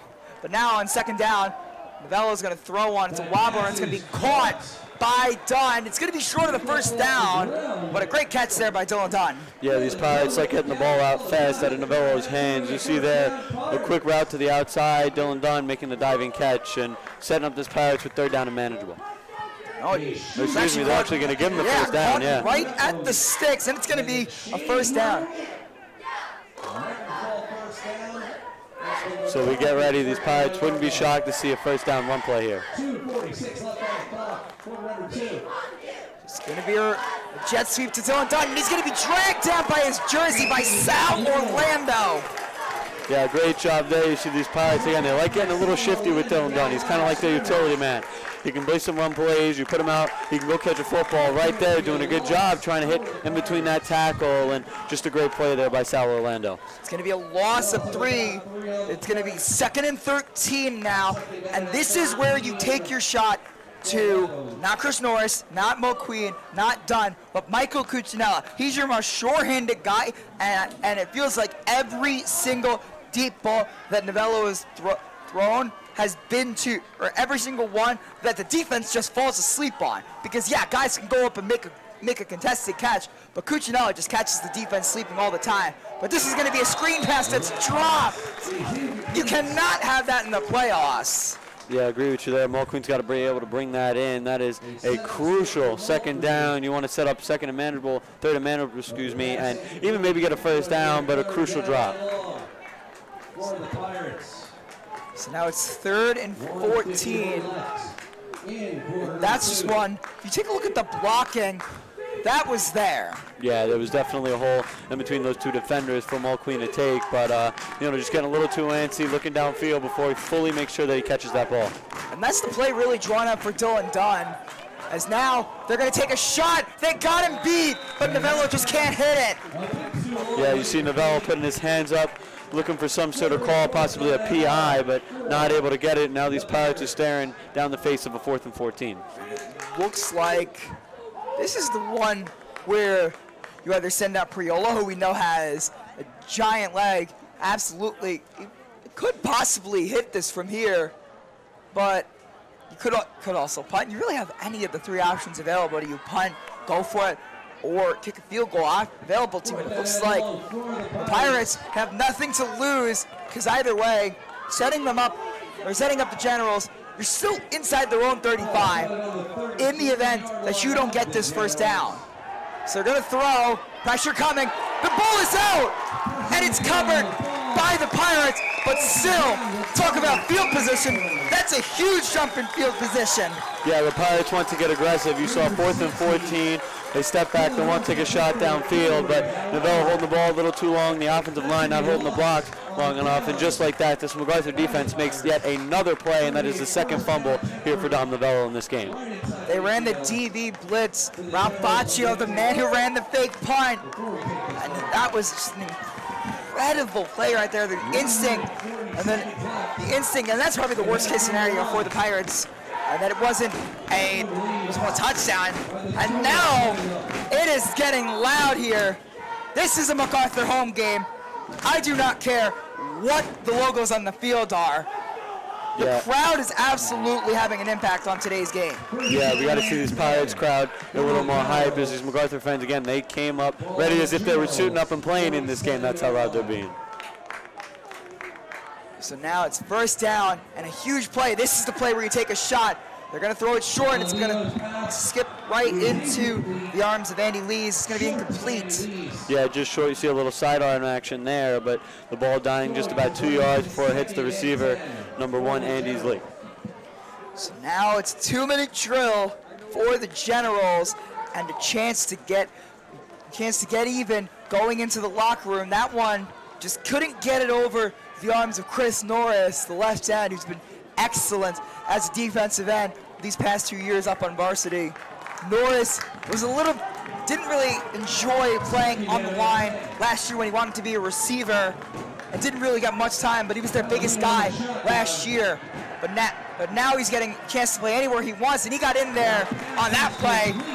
But it'll be a first down to Dinkelman, and here come the air horns from the General faithful.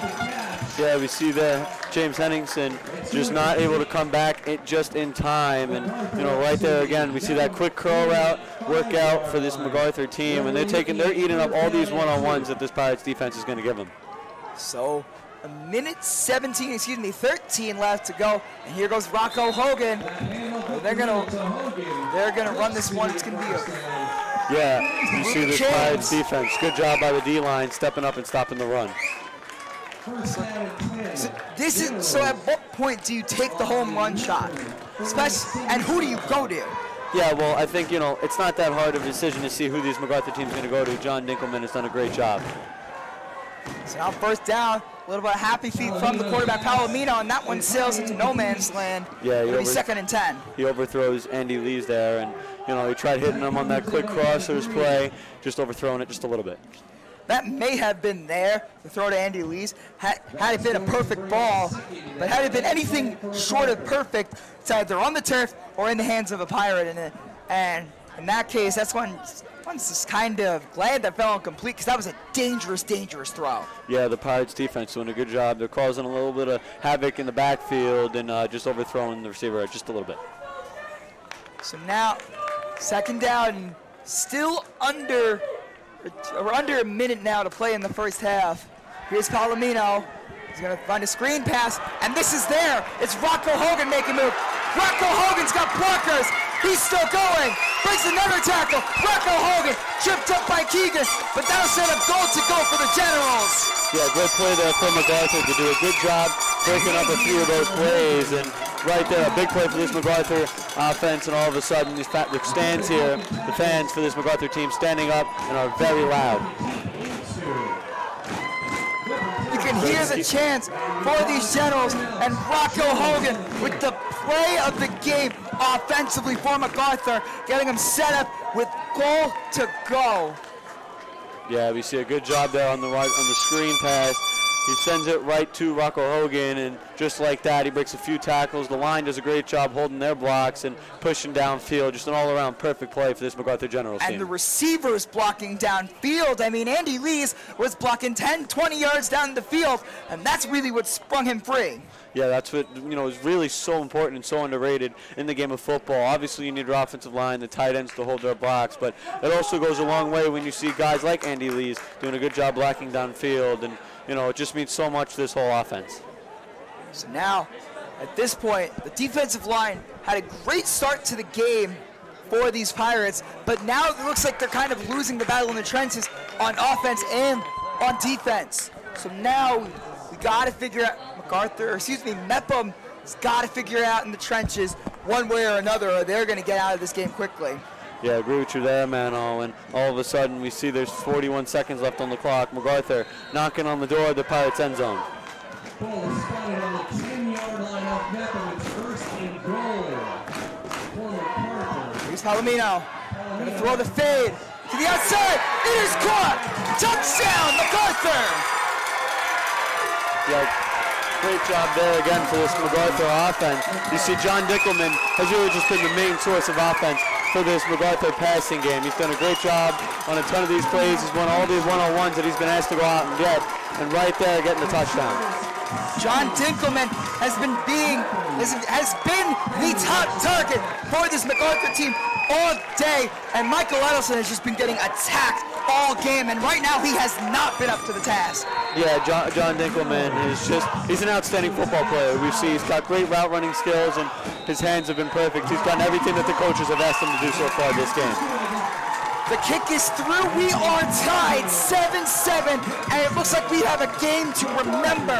And also also remember the Generals get the ball to start the second half. Yeah, so this was a huge touchdown, and all of the momentum is on the side of the visitors. Agree with you there. MacArthur coming in a huge underdog, and you know they didn't like that disrespect. Clearly, I guess they heard us in the pregame talking about our predictions, and right there, proving everyone wrong with a possible chance to come in this halftime tied. I mean, we had a guy saying Mepham was going to win 90-0. I'm sorry, Charles. He doesn't really know the game of football that way, but still, 90-0. We were all on the same page with him. We all thought this was going to be a blowout, or at least you guys did. I was not permitted to pick because the Mano curse exists, but MacArthur is going to have an Instagram post similar to the NFL teams, and all the analysts pick against them. Yeah, agree. If this trend keeps up, then it's going to be a long night of social media trolling for whoever the Generals admin is. Yeah, it's a good thing that you didn't make any sort of prediction at all, because you know once you make a prediction, that team just automatically loses. It never really goes well for you when it comes to that Mano curse. I never said anything. I had no prediction. That's why I got excluded from that segment. I just made the graphics. Yeah, so now you make good graphics, though. I'll tell you that. You make good graphics. So now, Mepham has got to move all the way down the field. This is going to have to be a quick drive. Mepham needs some points on the board right now. Otherwise, trouble is abound. Yeah, this Mepham team, they got to be fast. They got to make smart decisions. It's muffed. It's going to be taken by Green. And Devin Green takes it to the 40. And now, let's see what Mepham has in them. Let's see if the Pirate faithful can match this noise, because right now they're getting outclassed by these General fans, and namely the Pirates. Yeah, this Pirates offense, they got to get something going now. They've had a few good drives that just haven't really, turned into points for whatever reason. And, they got 31 seconds left in this half. They got to do a good job. They have some timeouts left. And, they got to make sure that they stay aggressive but also stay smart. Don't do anything stupid. No ill-advised throws downfield to make sure you can get out of bounds. Absolutely.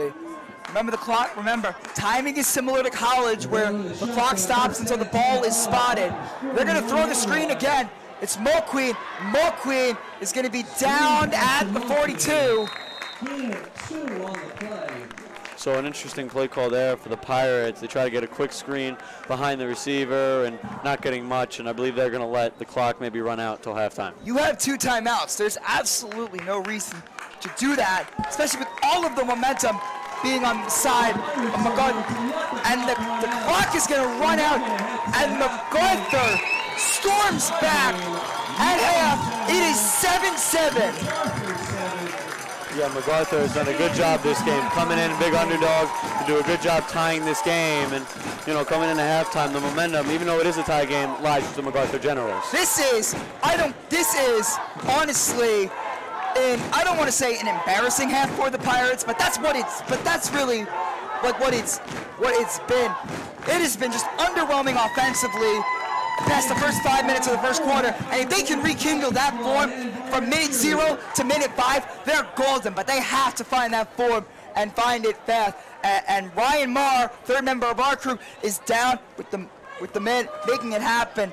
Coach Matt Moody is standing by with Ryan, going to Ryan Marr right now. Hello, I'm Ryan Marr here with Coach Moody. You had a great first half. What strategies worked for you in this first half? We did a good job stopping them early on, but penalties kind of shot us in the foot a little bit as we went through the second quarter. Taking away opportunities we had and giving MacArthur a couple more chances to tie the game up. What strategies are you going to use in the second half to get the upper hand on this team? It's back to fundamentals. It's doing running the ball efficiently. It's tackling. Stopping them, putting them behind the sticks where we can take advantage of it. Thank you so much, Coach. Good luck in the second half, and up to you guys in the studio. Thank you, and welcome back after a unbelievable half, 7-7. It is a tie game. I'm Finnegan Corcoran-Doolan with Andrew Mano, and what a game it has been so far, and an unexpected one at that, you could say. I mean, you saw the predictions earlier. We all had Mepham winning, and none of us really had it to be close. So going into half at a 7-7 low-scoring ball game, that's surprising to say the least. Exactly, and you're exactly right. We just saw, obviously Dom Novello had a great half of rushing, Again, he got a rushing touchdown, but he did have a few, actually two fumbles, which we haven't really seen in his Mepham career. That's only the few mistakes that we have seen. But again, Mepham are looking to get back into this game. We talked about it, the Stephen Mulkeen one-handed interception. Jake, what do you think? I mean, that has to be one of the best catches I've ever seen, and that's definitely. That's not even from a high school player. That's exactly. Just in general. That is one of the best catches. You could call it a helmet catch-esque. It was really just an absolutely amazing catch and a huge turning point in this game. Definitely, yeah. Some Odell Beckham Jr. magic over there with that one-hand catch. We also did see MacArthur score a touchdown right at the end there. Unbelievable drive from them. You know, it really just shows their humbleness and never to give up. But that was early on. That was Novello's touchdown, right on the left side. Yeah, I mean, Novello just took off. He saw the lane, and he has the... Oh, actually, I think that was taken away, that one. My bad there. That was the flag touchdown that was taken away, but still very close to it. But you can see him really hit that hole. He has so much aggression that just whenever he sees an opening, he takes it, and that is really just what has been helping him become an incredible quarterback this year for the Pirates. Definitely, and again, you know, Novello, maybe a touchdown gets taken away, but he still did have one early on into the half. As we said, that final drive, it just shows the willingness for MacArthur that they never give up. I think it was about 41 seconds remaining when that touchdown went in, and man, it was a good touchdown, wasn't it? Oh, well, it definitely was. I mean, that's only some of Dom's, I think, 120-something rushing yards up to yet. And I think one of the reasons they only have 7 points, because obviously Dom's having a great game, but I think MacArthur is really just getting in their head. I mean, you know, they had a tough time in the playoffs against them last year, losing to them in probably the biggest game of some of their careers.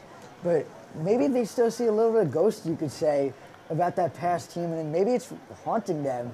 And it's just MacArthur's getting in their head, and that's just, Mepham's going to have to overcome that. Well, you look at the 3 keys to the game again, and one of them being stopping the run. They've stopped it in some places, but, you know, still looking back at MacArthur, Rocco Hogan is still getting through. Safer secondary has been kind of working for them, and getting Norris involved, that hasn't really shown, has it? I think one of the reasons that hasn't been working is Sal Orlando. I mean, he's one of those guys. He's one of the DTs for MacArthur. He's been getting pressure every play, and even while he's double teamed, he's gotten a couple tackle for losses. I think he got a strip fumble, maybe. I think he's just been getting pressure on Dom. It's forcing him to make some bad plays, and he's not getting really just the designs that he's wanted. We also can't forget that MacArthur could have probably took the lead in the half. You know, Jack Maurer, the kicker, just missed it. It was very slightly close, as you know, what we saw there. But going back to Chris Norris, he does have, you know, we saw him drop the ball once that half. I think it was almost like, you know, Novello was just looking out of the pocket and then kind of just threw it last second.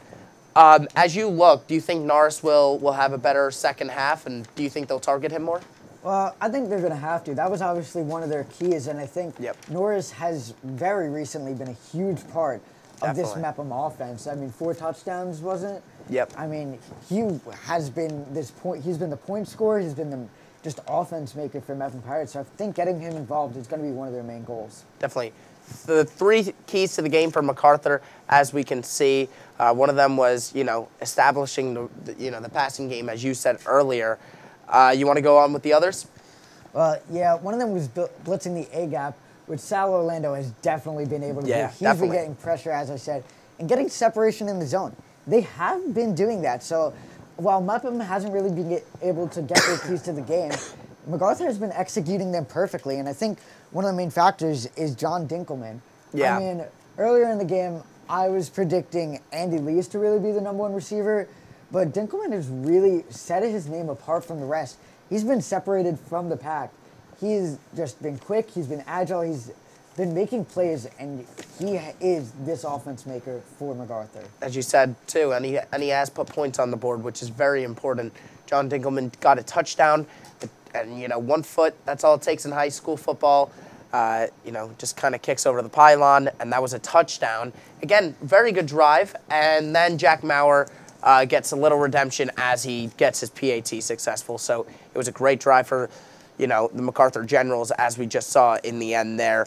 And, you know, Palomino, you know, we were kind of discussing him earlier. Do you think he's having a better, you know, quarter in the second quarter compared to the first? I mean, I don't know. I think he's going to have about the same quarter. But before we get back to football, let's talk about the morning announcements. Do you want to take it from here? Yeah, sure. Hold on a second. BMB morning announcements you can see every Friday morning with me. I have been on for the last 2 weeks. There's some other hosts, of course, Haley Hepworth, Sean McQuillan, Matthew Mano is on sports at times, also Tyler Steinberg. And, you know, obviously it's every morning. You know, we broadcast it on the Thursdays. But, again, unbelievable there. And, you know, you may be in the future, huh? Yeah? Maybe next year. Maybe when I'm graduated and your brother's graduated, get to be on the sports. Maybe I love it. Maybe and you can't forget about cumulonimbus Charles, as he's the weatherman himself. You got to see him earlier in the broadcast for his prediction. Yep. But don't forget about around campus. Hannah Broxmeyer and Hannah Broxmeyer, yep. Riley Freed over there. Obviously, you know, this week interviewing the interim assistant principal, which is great to watch. Make sure you go and watch those. All right, now looking back at it, again, very, very close game. Who do you say is going to be the winner of this game with the next 2 quarters to go, or do you think it goes to overtime? I don't think it would go that far, and I think it will. I think Mepham will pull it out barely, and it's for this reason. I mean, MacArthur has been able to execute their keys perfectly, but Mepham really hasn't. I mean, Dom's been playing great, but the rest of the team hasn't been able to get something to click. So if they're tied when they're not having their best performance, I think as soon as really coming out of the half they get stuff to work, I think they're going to be able to pull it out. Definitely, and you just saw that graphic on the screen. Dom Novello has 112 yards and a touchdown on the rushing end of things. And again, you know, we look at him as being a quarterback who can, you know, get out of the pocket. But again, it has caused him some missed troubles. You know, we saw 2 fumbles. That's, you know, very scary for the Pirates. One of them was recovered, we know, but the other one wasn't, and that was a turnover on downs for MacArthur. MacArthur's defense has been great, haven't they? I mean, definitely. They've been able to get pressure. Obviously, I've reiterated it way too many times, I don't know, but that's been the main factor. I mean, the corners have been locked down. I think Dom has been able to get 20 yards passing, just not much. But now we go to midweek update. Me, Luke, and Michaela Dobby are your sports reports. Tune for your segment with Jacob Sardui and Ariel Budrum. And your host, Ryan Marr, Jacob Sardui again, Stephen Soul, and the girls you all know and love, Bree Boland, Gisette Chevrier, Sammy Rooney, and Maya Stone. Tune in to that every Wednesday. And, well, let's just get back to football as halftime is going to come to an end soon. But until then, who do you think has been the big difference maker here for Mepham? You obviously look at it, Dom Novello, and obviously he's a player that kind of almost compares to a D1 athlete as a quarterback. You know, last year we saw him more of as a running back, wide receiver, and obviously, you know, Hunterkamp was the, you know, quarterback. Obviously his brother's on the team right now, Dylan Hunterkamp, who's part of the O-line actually. But, you know, just to look at it, I mean, MacArthur, it's just very scary because obviously it's almost the ghost of the past coming back to them. You said that earlier, but, you know, Mepham destroyed MacArthur last time they versed each other, 42-0. That was how, you know, things went for the Mepham Pirates. But this time they let up a touchdown, and it's looking like a closer game than the Mepham Pirates would have thought. Well, definitely. I mean, when it's a low-scoring game, a 7-7 ball game, points are really everything. And just the fact that that missed field goal, I think they're going to be talking about that in the locker room. The fumble after the interception from Mulqueen. I mean, just these small errors lead to Mepham really just not being able to pull out the victory that they've been hoping so far. And although the game's not over, this is not the start that they want in the first half. Definitely not. Yeah, they want to score more, but that hasn't been the ideal thing for them right now. MacArthur is stopping them a lot of the time. We saw a few reps from Ryan Thier at first getting into that running back role, but from there on, it's been kind of him just blocking a little on offense. So we're going to have to see who they're going to be using. maybe they use some of those wide receivers over there for Mepham. But, you know, again, it hasn't been a passing game for Mepham. It's been a full-on, you know, rushing game with Dom Novello. Here's a replay here, and, you know, we saw this. What a throw, but no. It gets caught. Probably the interception of the year and of the season. You look at it again, and you just say to yourself, how does he do that? How does he get up there? He's full-on mossed that ball. I mean, it's just unbelievable from Stephen Mulqueen. Definitely. I mean, that's going to be a replay he looks at for his entire career. That is the player of the year for Mepham. Hate to say it, definitely. Colleges will look at that. Definitely. He's going to get some attention for that, I feel like. Oh, my gosh. But some ESPN over there? Huh? ESPN? Top 10 plays. Yeah, unbelievable from him. Only thing about that is they got that interception, and Dom ran it the next play and wasn't able to hold on to the football. It went from a turnover from Mepham to a turnover back to MacArthur, and it was almost really just as nothing really mattered. It was just a waste of time.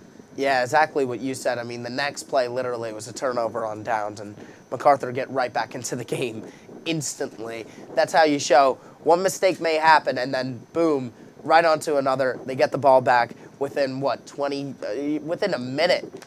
Not even football time, and it was just unbelievable to see that.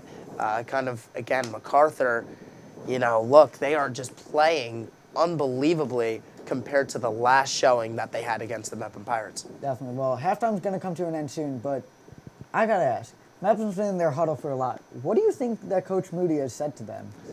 Well, I'll tell you something. Coach Moody will be, you know, saying to every player, do you want this? I think that's a thing that comes from all coaches when a season's coming to an end. Some of the senior players, this could be your last football game, always comes from a coach. But again, you know, it will be, do you want the win? And I think, you know, they'll come back out. We saw this with a few weeks ago where they were losing 17-14 going into halftime. It was out of nowhere for them.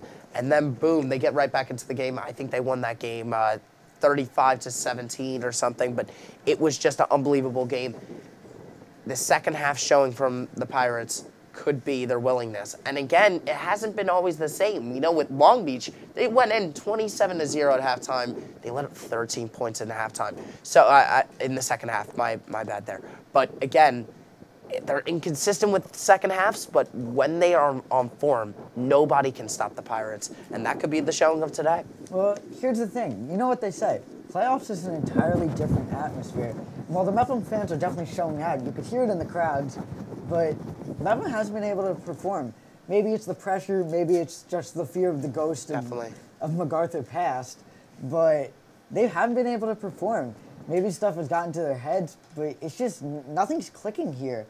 As they're going to get ready, they're already out in the field. Moody's having them do more exercises. They are getting locked in for this second half. Yeah, and you would have to think at this point, you know, you got to put everything else that's going on in life right now to aside. You got to think football, football, football. I think that's what Moody is kind of thinking of right now. You know, these guys, they have to want to win this. This could be the last time we see some of these Mepham Pirate players play on a football field. And again, for MacArthur, they are on such a high. I mean, they scored at you know, right at the end of the half. They are absolutely celebrating. They are feeling the best they can right now. And for the Mepham Pirates, they needed that lift up. And I'm sure Coach Moody gave the speech to have, you know, a big second half. Well, one thing many don't know about this Mepham Pirates is they are a family together. I mean, I went to the pasta party on Friday. They are a family. Just the memories they have, the laughter they share. They are a one unit, one united family, and just the chemistry that brings onto the field, especially some of the quarterback receivers, or just some of the chemistry that this brings, it really translates to game action. I think if they can really just dial in that chemistry, this game script could completely flip. Exactly. I mean, you know, exactly what you said. I mean, look, anything can happen. And that's, you know, I want to go on to your point earlier, that playoffs, it's just such a different perspective of what could happen. I mean, it's really unbelievable that MacArthur is somehow showing up this game. They are at Mepham. right after, you know, school ends, all the fans are going to this game from the Mepham Pirates, and MacArthur is still blocking that surrounding noise out of the Mepham fans screaming for the Pirates to win, and they are, you know, obviously, you know, doing really well, to say the least. You know, I mean, look, it might not be playing at New Orleans Saints Stadium or something, but when you are at a high school game, it can be sometimes hard to block that out. All right, well, let's send it down back to Ryan Marr. He is with the coach of MacArthur. Hello, I'm Ryan Marr. I'm here with Coach Fehrenbach. You know, you had a great first half. What do you think you have to do to keep going? Just keep making plays. You know, we made some plays. We finished that last drive, which was important right before the half. So, you know, that's what we had problems with all year, was finishing drives, finishing games. We were able to do that, and so hopefully we could finish this game. Now, what do you have to do in the second half to keep it going once again? Try to mix it up, you know, ball control, and, you know, try to keep making some plays on defense like we did in the first half. Thank you, Coach, and good luck. Thank you very much. Appreciate it. Now back to you guys in the booth. Thank you, Jake, Ryan, and Finn for the great halftime show. We are back with second half coverage in this one. We are live here at Mepham High School with a score still 7-7, and what is a little bit of an upset right now coming from the MacArthur Generals. Something's maybe brewing, Tyler. What can we expect in the second half? Yeah, obviously, you know, this MacArthur team coming in as underdogs. They, you know, no one really knew what exactly we could expect from this MacArthur team. Well, I mean, I tell you right now, they came up to play. They've done a good job at both sides of the ball in the first half. The offense having multiple opportunities and making it, at least cashing in when it counted. And then, oh man, the defense. They've had multiple turnovers caused, and you know, I think in the second half we got to see just again continue the short passing game and the running the ball, because all of a sudden that opens up the passing game. That is really the main reason why this MacArthur team has scored any points. And then, you know, the defense just keep doing what you're doing. The defense is dominant. We've seen them be elite and, you know, really pressure, coverage, all that has been perfect. And Tyler, I mean, the fan impact is unbelievable right now. It's almost like it's home of the Generals right now. It's like we're playing right now in Levittown at the moment. And Pirate Nation, I mean, they're here, but they don't got the same energy that this Levittown side has right now. Now, looking towards the Mepham side of the ball, offensively, the aerial attack has to start coming to life a little bit. I can see how Coach Moody likes them putting him in the pocket with Dom and Thier and having that two running back motion, but it's not going to work all game. You're going to have to start throwing the ball. You have four great wideouts, two strips right and left. They have to start utilizing that, and John Marco is going to get set to kick it away and begin this second half action of these Nassau County playoffs. John Marco has been an excellent kicker for the Pirates all season. Boots it away. It's a pretty good kick. It gets to the end zone, and it's recovered. And Chang gets a pretty good return. It looks like he'll be down around the 30-yard line. And here comes this MacArthur offense that at first wasn't that electric and now has turned up the energy. Yeah, this MacArthur offense so far, it's really just John Dinkelman doing what he does best. I mean, the route running, the hands, all that have just been perfect there for him. He's made all the extra plays that they've asked him to make. He's going out, he's winning its one-on-ones, and he's just doing a good job overall. And the biggest reason why this MacArthur team has a tied score starting here in this third quarter. MacArthur's going to start at their own 23, and I mean, Palomino has been great. He's exceeded all expectations. I mean, getting replaced mid-season and now having to start in a playoff atmosphere like this is unbelievable. He has really bounced back from everything that's come his way so far this season. Palomino in the shotgun. Shotgun formation. He's got a pretty good run to the outside. Rocco Hogan with first down and more. Yeah, Rocco Hogan, the same player that set up earlier, had that quick screen pass to him. He goes out, he gets about 25 yards, making that big play, giving the MacArthur team a great chance to score with not much time left in the half. And right there, again, showing his impact on this game. The Forcelli and Hogan connection has worked out all day today. Nothing in the B gap right there. Hogan takes it. That was a beautiful power run. Big first down still remains now for the Generals. Yeah, Rocco Hogan putting that shoulder down, not afraid of the contact, and fighting for an extra few yards. And we're one play in, and the Generals offense and fan base is more electric than ever before. Palomino's going to give it back to him. Hogan breaks a tackle a few. It looks like he'll have about a gain of 4 or 5. Looks like we have an injured Pirate. It looks like we have a player down. It looks like Chris Norris for the Mepham Pirates is down. Looks like he might be holding his elbow. either his elbow or maybe something with the knees, but still, I never like to see a player hurt. When a player is down like that, it's a tough one to look at. And he's one of the toughest players on this team, as we've seen numerous times in the past. He's a great player and very valuable for this Pirates team, so we're going to hope that it's nothing too serious. And both teams going to take kneels here, cheerleaders, whole Mepham unit, all going to kneel. And, I mean, he's one of the toughest people I know in general, often on the football field. I mean, he is just strictly tough, and you hate to see a star player hurt like this. He has been one of the X factors for this Pirates offense and defense. I mean, recently his touchdown rate has just increased to the max, and it looks like he's going to get up, walking off with the trainer and Coach Moody. It's a great sight to see. Yeah, you always love seeing it. When a player goes down, they're hurt, you can tell that they're in extreme pain, but, you know, especially when they're able to get up and walk on their own 2 feet, it's just one sight that you always like to see. Yeah, it's great sportsmanship displayed by both fan bases here today. I mean, and now Palomino right now in the run game with him and Hogan is really effective at the moment. How can Mepham adjust defensively at the moment with the front seven? Yeah, I think they've done a really good job disguising a lot of their coverages. They had a problem with the one-on-ones, and they started disguising more safeties. And I think the pressure just got to do a better job. They got to get to the quarterback a little better. Give it back to Hogan. He's going to bounce out, makes a nice spin move, and turns nothing into something. Gets a gain of about 2. Yeah, great job by this Pirates D-line. Again, they're doing a good job stopping this shift. You have the guard pull, and they just do a good job getting, you know, past their offensive lineman. And, you know, you see about 3 or 4 gray jerseys all around Rocco Hogan. Looks like we're going to have 3rd down and 5. Yeah, like, look at this replay here. Bounces off the block here, and then spin moves, turns nothing into something. At least he gets a little gain, even if it's 1 yard. 1 yard can mean a lot now. Yeah, good job by Hogan. Again, very much could have been a loss of 3 to 4 yards, but because of his effort, making it just a gain of 1. Hunter Keegan had a nice tackle. That was a very nice tackle from Hunter Keegan. Yeah, all these, you know, gray jerseys doing a good job swarming this MacArthur running backs. It is loud. Both fan bases are on their feet. Palomino up the middle. Does he have enough? That's going to be short. Definitely going to be close, but it's going to be a really close call here. We'll find out right now. 4th down. They're going to call. It's going to be short. Yep, 4th and inches, it looks like. 4th down and inches. So yet another tough call that it's going to be for this MacArthur offense. And, you know, we've seen a few times where they've had some 4th downs. And, you know, this one, we're having a 4th and 1, just so important. Because if you're not able to get it, this Mepham team going to be set up with great field position. And I believe they're going to bring the chains out. Now, if you're Coach Fehrenbach, if it is 4th and inches, I mean, what do? You're midfield right now. You're worried that this Mepham offense might have a lot of momentum on the offense, that they're coming back angry and strong.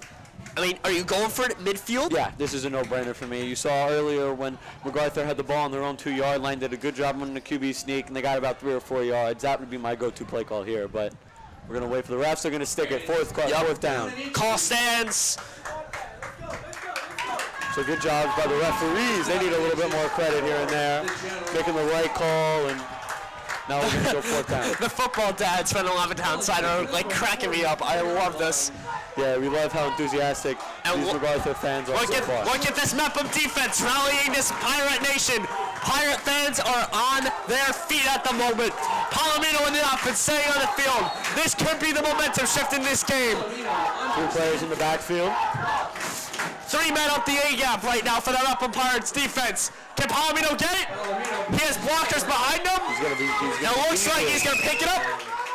That's a general 1st down. Yeah, like I said again, you know, we saw them run that QB sneak earlier. They got about 2 or 3 yards. It was a good job on the goal line, and then this time they go back to that play and gets it with a little bit of room to spare.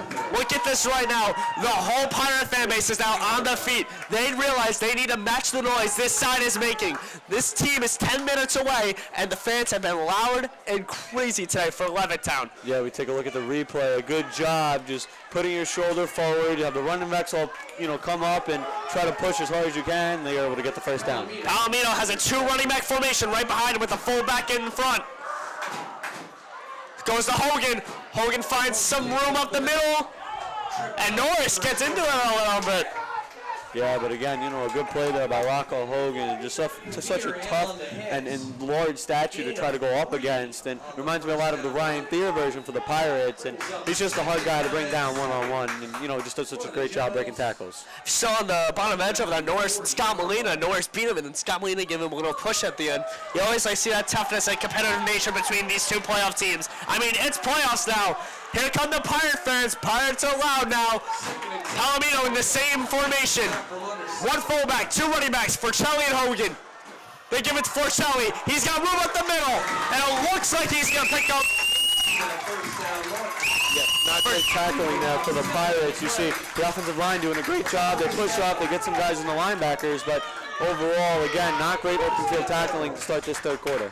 Forcelli with a big first down for the Generals, and I mean, they're moving down the field, and they are not using the passing game really as much. I mean, look at this run. He's got all the room in the world. It's a missed tackle by Hunter Keegan, but I mean, that's a hard wrap to make. If you're going that low, that's a pretty hard wrap. Yeah, and again, I like how this offensive line from MacArthur does a good job stepping up. There you go. Forcelli up the middle, but it looks like he'll get a short gain of maybe 2. Yeah, again, I like how this MacArthur team, they use that run game to open up everything else, and I wouldn't be surprised if we see some shot downfield on this play. Yeah, it's a gain of 2. It's going to be 2nd and 8. And you know what? It's just smart. Just be smart. Be simple. You realize you're in a game like this right now. You're in playoffs. This could be an upset. You just got to play smart. Brains over brawn right now. Couldn't have said it any better, Q. Forcelli and Hogan, the 2 lead backs, still have a fullback there. Similar formation, a lot of the plays this drive from MacArthur. Tom Bennett at fullback. Movement on the line of scrimmage. Looks like false start on the offense. Not a great job there. One of those penalties that you can just not afford if you're MacArthur. You're sitting pretty, you're doing a good job so far this drive, and now all of a sudden you're going to be backed up 5 yards. Yeah, that's one of those plays you cannot have on a drive like this. A momentum shift of a drive. Now, if you're Coach Fehrenbach, you're thinking of possibly using that aerial attack, and you don't really want it right now because your running game is so strong at the moment with the 2 running back formation. And I think another thing that this does, you look at 2nd and 13, this is almost an obvious passing down drive, and that shot that you might have wanted to take downfield on 2nd and 8, you can't really do that on 2nd and 13. Chris Hogan, Palomino drops back. He's got it over the field, and it's intercepted. Intercepted by What a play there. Intercepted by Stephen Mulqueen, and the Mepham Pirates defense gets a big stop. Originally, the ref called the ball down. Did you see that? Yeah, but they're going to give it Pirates ball anyway. What a way to bounce back for Stephen Mulqueen. We saw he had that drop on the screenplay in the second quarter, and right there, he steps up, he makes the pick, obviously having that amazing catch in the first half, and Mulqueen's having himself a great game defensively. I mean, fantastic. And we just talked about how the false start could affect the aerial attack, and now they have to use that aerial attack, and that's what it leads to. An interception over midfield, and Stephen Mulqueen is one-on-one on the bottom of your screen. Nevel's going to give it off to Thier. Thier trucks again, and it's a solid gain up the middle. And like we said earlier, again, you know, you're looking at 2nd and 8, you can really do what you want. You know, your run game's been really good. You've been able to throw the ball downfield. Once you go to that 2nd and 13, it really takes out any run play. They're not too worried about it. They can run that soft man coverage, soft zone coverage, and you really just know what's going to come to you. MacArthur fans are loud. It's all chanted defense, Mepham's chanted offense. This is playoff atmosphere, folks, in Bellmore, New York. Novello moves right. Wants to throw first, but doesn't. Gonna run it up the gut, get a decent gain, and it looks like it's gonna be 3rd and short. Yeah, so we see there for the Pirates, they go to that old-fashioned just QB run right up the gut, and Dom Novello showing how strong and how fast he is. Does a good job getting a few yards. We have 2 MacArthur players down on the field. It looks like a lineman and a receiver, maybe. Yeah, again, hope that all. Looks like Joey Forcelli is one of them. Yeah, and it's gonna be another defensive lineman down. Yeah, it looks like Forcelli and a D lineman both on the ground, on their backs. I got both teams taking kneels. I mean, the sportsmanship, even though it's a competitive nature and a heated rivalry, I mean, sportsmanship here has been top tier. I mean, it's just pure class from both teams. Yeah, that's one of the things in the part of the game that really makes the team, and sportsmanship is just so important. We see there Forcelli doing a good job getting up on his own 2 feet. You see his teammate Hogan helping him off the field. As the other helping out Hogan. Still down. And when you're in a running back room like that, you have to be almost brothers with your other running back. And you can just see the connection and chemistry between those two. Forcelli definitely shaking up a little bit as he really goes towards the bench. But it also looks like the other D lineman, Nick Malau, one of the JV call-ups from this MacArthur team. A young JV call-up. I mean, playing in a playoff game like this, I mean, kudos to him, and we hope he gets better really fast. Yeah, I also want to point out we saw Forcelli here take us a little bit of stride in that light jog, so he seems to be okay, and good to see the other MacArthur player getting off the field. Yeah, we'll see on the next offensive drive what happens. But Forcelli is one of the big cornerbacks for this team. And, I mean, losing a senior leader on the defensive side like Forcelli could open some aerial attack for Dom Novello and his Mepham offense. Agree with you there. You look at it now, you have a 3rd and 2. You can really do whatever you want. You can run some quick out route, maybe an RPO, a bootleg, hand it right up the gut. A lot of options here for this Pirates offense. Couldn't agree with you more. Dom Novello on 3rd and short. He's going to run up the middle. And he's definitely got that for the first down. Yeah, great job there by Dom Novello. Just taking it himself, going right up the gut, putting his shoulder down, and getting an easy first down. Just got to play smart. I mean, if it's a small scoring game like this where defense is where it's all at today and the run game has been effective for both teams at points, I mean, it's brains over brawn. That's the story of the game like this. Yeah, I couldn't have said it any better. We've seen that this MacArthur team has stepped up in numerous ways from their last time meeting here at Mepham. And, you know, they've shown that this isn't going to be an easy game, Mepham. You're not going to be able to walk all over us. And MacArthur just a great job on both sides of the ball. I feel like waves at a football game are a little extensive, a little too much. And the Mepham Pirates just tried to do that, and it just did not work. Novello hands it off to Thier. Thier's got room on the right side. Thier. He's getting a tackle right around the 47. Helmet off. Big gain for Ryan Thier. Again, we know how strong Ryan Thier is. One of the players that you do not want to line up one-on-one with when it comes to the Pirates. When the running backs are coming at you and you're a linebacker, see a number 32 coming your way, you might want to move out of the way. That's a big player and a very strong player when he puts his shoulder down. He can lay the boom on you. And by the way, just looking back towards the Levittown sideline, Joey Forcelli does look like he's okay jogging down up and down the sidelines. It looks like he will probably be back in next drive or even on this next play. As he goes to coach now. Novello shotgun, goes back. He's got pressure. Dumps it off to Cuccinella. He's going to get tackled right around the 40. Oh, a little late hit there on the head. Yeah, great job there for the Pirates. I like the patience shown by quarterback Dom Novello. He sits in the pocket, he waits, he does a little bit of a back step, and then just quick pass over for the Pirates, and they get a big gain. Excuse me, that's not Michael Cuccinella, it's Nicky Sedina. They brought in Sedina for a little screenplay there. Mooney always likes to throw in those little trick plays here. I mean, look, this play was not designed for Nicky Sedina at first, and I mean, a little halfback slip screen to the left worked pretty well in their favor. Yeah, they're like, you know, he's such a fast, talented player, and he does a good job reading the defense, sees the hole, and this offensive lineman for the Pirates doing a good job pushing up on the play. Mepham going with one of the most effective running formations. Walker and Norris side by side with Thier right behind Dom in shotgun formation. Mulqueen and Kuchar on both wideouts. Thier's got room. He's got room, but there's a flag, and it looks like this one's probably coming back. Yeah, you see a good play there by Mepham, but again, another flag that might very much cost them and bring that play back. Yeah, it looks like this one's coming back, and here it is. I believe it's a holding. I mean, let's check the replay here. Good, good. Just a little too much on the bottom of your screen. I saw the little hand still out there. Yeah, the hand getting on top of the shoulder pad, a little too much grabbing the jersey, and you know, the refs are going to call that every time. That's not really a hard call for the refs to make, and a play that you really can't happen if you're the Pirates. Yeah, that's one of those obvious calls there. Chains move back, but still first down, but 1st and 20. 1st and 20 for the Pirates. Dylan Dunn comes back in. Nick Walker goes out.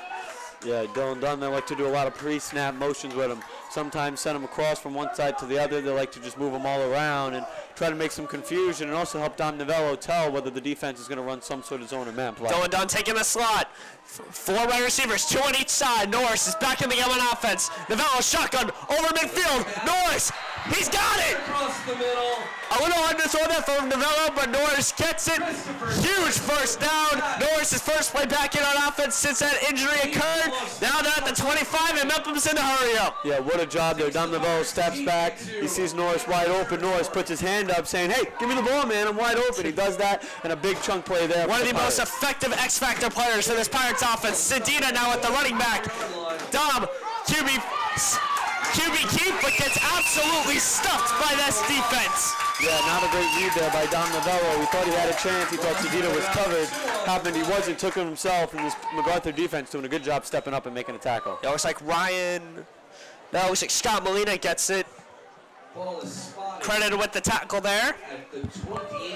Again, we've seen a lot of back and forth between these two, and one play, the Mepham gets a chunk play. They do a good job playing physical, putting their shoulder down, and then next you know, you got a general staring you in the backfield that makes a good play, a good tackle. 2nd and 14 for this Pirates offense. Dom Novello fakes the fear, wants to go deep. Novello collapses in the pocket. Looked ugly, but a huge play for the MacArthur Generals.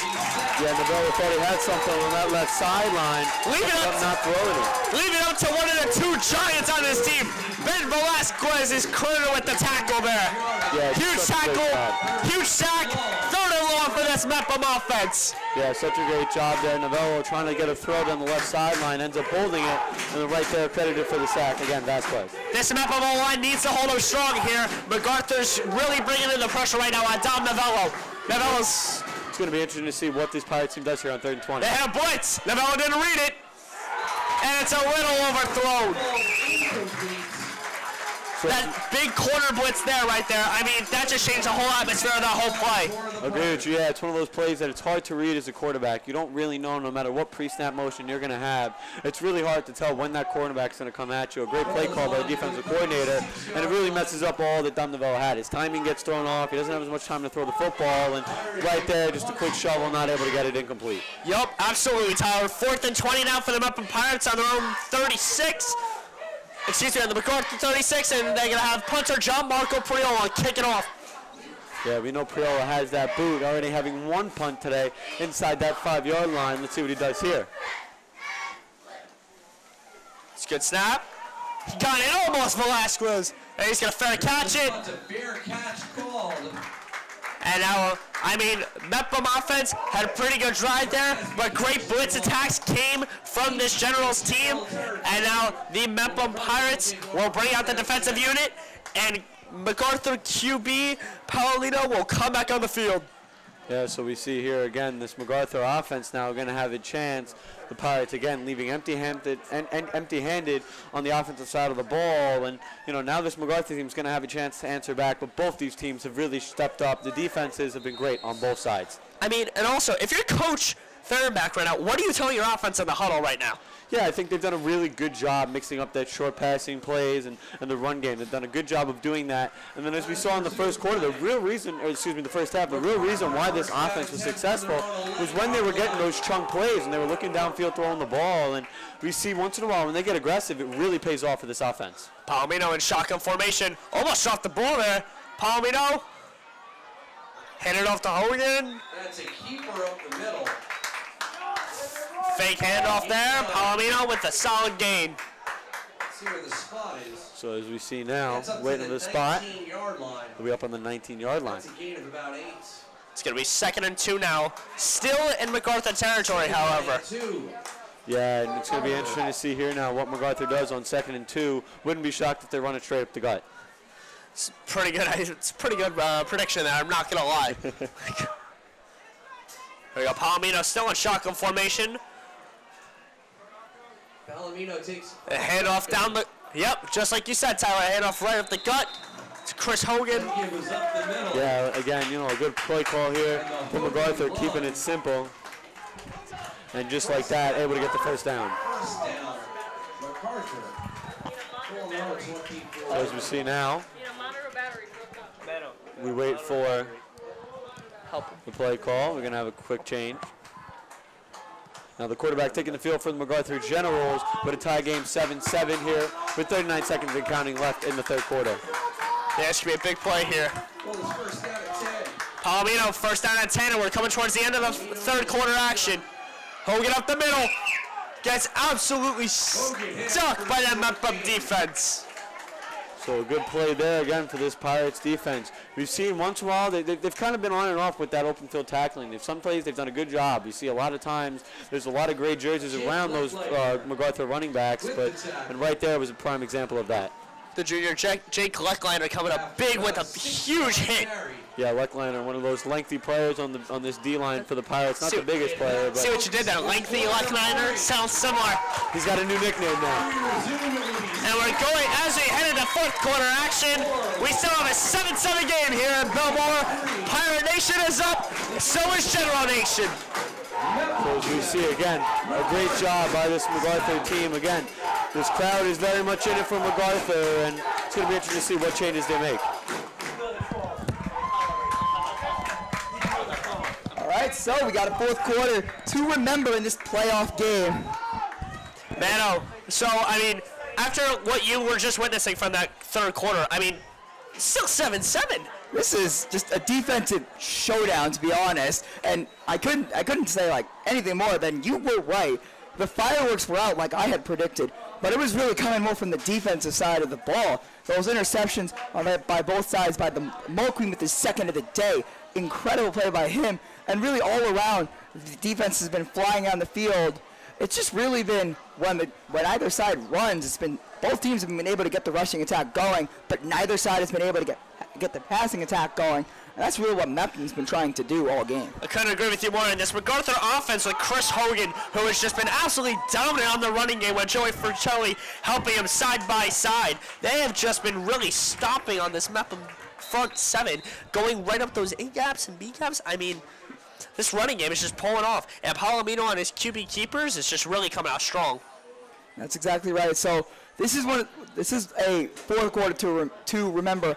The 2 seed going up against the 7 seed, and this is something that you didn't really expect to see. Well, I mean, you kind of did when we were talking before the game. Did a little bit. I had a feeling before that this might just be a low-scoring game because, I mean, the Generals didn't come into Mepham the last time with that exact mentality, I feel. Oh, not at all, and they were also down a bunch of guys. It was 42-0, but now it's 7-7. Palomino's in shotgun formation. No running back swing for Shelley, though. Palomino fumbles the ball. Muffs the snap, and he gets stuffed by the Mepham front seven. So that's a great play by Palomino. Even though he lost the ball, still being able to gain positive yards there is obviously positive. It's one of those plays that you love to see from your quarterback. And Thier now with his helmet off for the second time in 2 drives. Yeah, I was about to say, it's like the second time the helmet's come off. I mean, it shows he's going all over the place. But right in the chin strap. That's where all you got to do. Very much, very much. 3rd down and 7 for this MacArthur offense. Let's see what Palomino can come up with. This could be play of the game right now. This is the biggest play of the game to the point. It really is. I mean, the momentum shift here could either go one way or the other. So we'll have to just see. This is all of the momentum in this game is riding on this 3rd down play. And MacArthur, I would not hesitate if you get 4th and short. I would not hesitate to just go for it. Why not? You've been having your way in the front, in the trenches. Why not try it? Palomino drops back. Has pressure brought to him, and it's deflected by this Mepham defense. That's a great play by Devin Green there. Devin Green got beat a couple times earlier in this game, but he is absolutely having a redemption tour of the second half.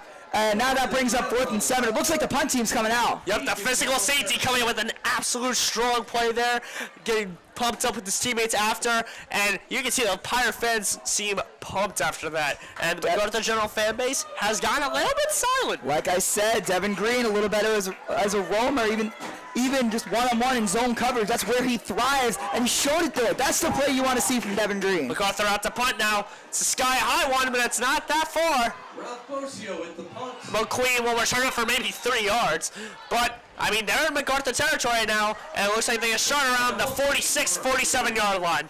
Now this is where you go to your leadership. You go to your seniors.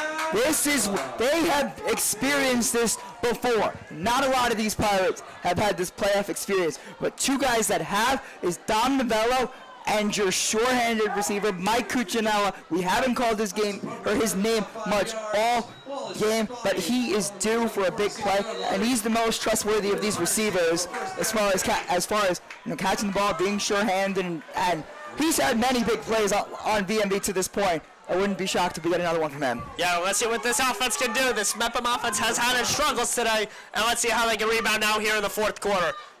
Dominovello rolls out left. He's got blockers with him. Nice block by Dunn. Dom stays in bounds. And it looks like he's getting a pretty nice gain there. And it looks like they're going to have second, maybe 2 or 3. It almost seems like in the third quarter, Novello was kind of running scared. It kind of felt like the pressure was starting to get to him. But in this fourth quarter, and even in the last drive, he started to find his groove again, follow his blockers. He was way too hesitant with his cuts in the third quarter. You saw that in the sack on third down on the last drive as well. And Novello is really more getting back into the swing of things. It really seems like he's settling in now. Yeah, I mean, also when he was running up the gut earlier, it definitely was not working out. I mean, the MacArthur defense was swallowing him up when he was going right up the middle. And now, Dominovello just has to, I mean, his side running, whenever he's running to either side or to either sideline, it's working in his favor because he has blockers from receivers that are just stronger than some of the MacArthur D-backs. I mean, Dylan Dunn has had 3 key blocks on all Dominovello's sideline runs. And something that Mepham as a program emphasizing is lifting, getting everybody in the weight room. You know, Novello as the quarterback, he's the first one in at the 6:30 lifts. He even staged for the JV lifts. This program as a whole is really into weight room and moving a lot of it. And that's really what's gotten all these guys to be so strong. Couldn't agree with you more, man. Dominovello, shotgun formation with Theory to his left. Cuccinella, Norris on one side. You've got Dunn and 3 others on the other one. You can hear the General Faithful as well. Novello. This section is so loud. Novello goes midfield. Intended pass to Norris is incomplete. See, that's one of those plays for MacArthur. That absolutely could have been a turnover for MacArthur. Jesse Sater was sitting there, just in the middle of the field, and that ball was tipped off Norris. That ball did not hit the ground, and both injured Pirates. Looks like an O lineman and a D lineman, both for each respective teams down on the field right now. Looks like the Pirate town is cramping. The General, though, looks a little more serious, unfortunately. Yeah, I mean, the story of today also, there have been a lot of injuries in this game. And, I mean, it's playoff atmosphere. You have to give it your all, 100% effort, and you're going to hit as hard as you can. And, I mean, that's really been the story of the game today. And Norris is also down as well, so there's 3 guys down on the field now. Yeah, it saw like Norris had some distraught when he went to try to go get that catch down low. It looked like he was in pain as he was going down a bit. So it looks like the injured Pirates are Don Levy and Norris, and then we still have yet to identify the injured General, but still these injuries, especially in the trenches, where both these teams. It's been back and forth with these offensive and defensive lines all game. One injury and one guy out for an extended period of time could cause a huge momentum swing. Yeah, man, it looks like Aiden Dunleavy and Chris Norris are the 2 Mepham Pirates now. We'll find out in a second. Looks like it's Sal Orlando down for the Generals. That's a big loss. That is a huge loss. I mean, that's one of the key weapons on this team. And when I say weapon, I'm talking about O-lineman, D-lineman, not even receiver. I mean, when you look at the key players for this team, Sal Orlando may be the biggest one. He is the biggest one, 6'4", 320 pounds, and very easily could be used as their version as the fridge if they choose to go that route in the goal line package. But that is a huge loss. It looks like Orlando's walking off on his own power. Yeah, Don Levy, unfortunately, and they're going to carry off. He's getting carried off by Kevin Perry and another one of the assistant coaches for the Pirates, and Norris is still down. Yeah, Norris had the injury earlier in this game where it looked like it was his elbow where he had some lower leg pain, and now Norris is just having a hard time getting up. Coach Moody's going to help him up, though, and Norris seems like he's trying to walk it off on his own power, and he will. Looks like Norris is going to be okay. And also, great classiness from both sides. Yeah, and it also shows like the bond and the brotherhood that these teams have, as both of you guys either either an important coach or an important player was coming out to help the injured guy up. You saw Coach Fehrenbach coming out earlier in the game to get one of their guys down when there was an injury. Coach Moody coming out to help Norris, and Kevin Perry coming out to help his fellow. By the way, we're back in game action. Dylan Dunn now filling on running back. Novello goes up the gut. Novello keeps it himself. And they're going to really move the chains there. He's definitely down first down or more. Yeah, the second effort there by Dom Novello, going right through that A-gap, like you said. It's really been an A-gap kind of game for these teams, just going in between the center and the guards, and it's been really the strength for this Pirates team. But with guys now injured, it looks like Timmy Hars is going to come in and play right guard for the injured Aiden Donlevy. So that's something to look out. Both teams have an injured offensive and defensive lineman now, and they're both motioning Dunn, fakes it, flips it to Thier, and the Mepham Pirates offense is getting stuffed at their line. MacArthur front seven now is really getting into this running game. And you're gonna wonder when does Coach Moody start bringing out that aerial attack that Dom Novello presents? So that's Ben Velasquez there making a huge play there, standing up there. Thier is one of the hardest guys to tackle in this entire conference, and MacArthur's done a great job keeping him in check. We'll see if that trend continues. Novello not gonna audible. Novello rolls out left. He's got room to run. There's down the sideline. It's coming back. There looks like there was a hold. And Mepham fans are calling for a flag. Yeah, it looks like there was a hold on that play. Yeah, this one might be coming back.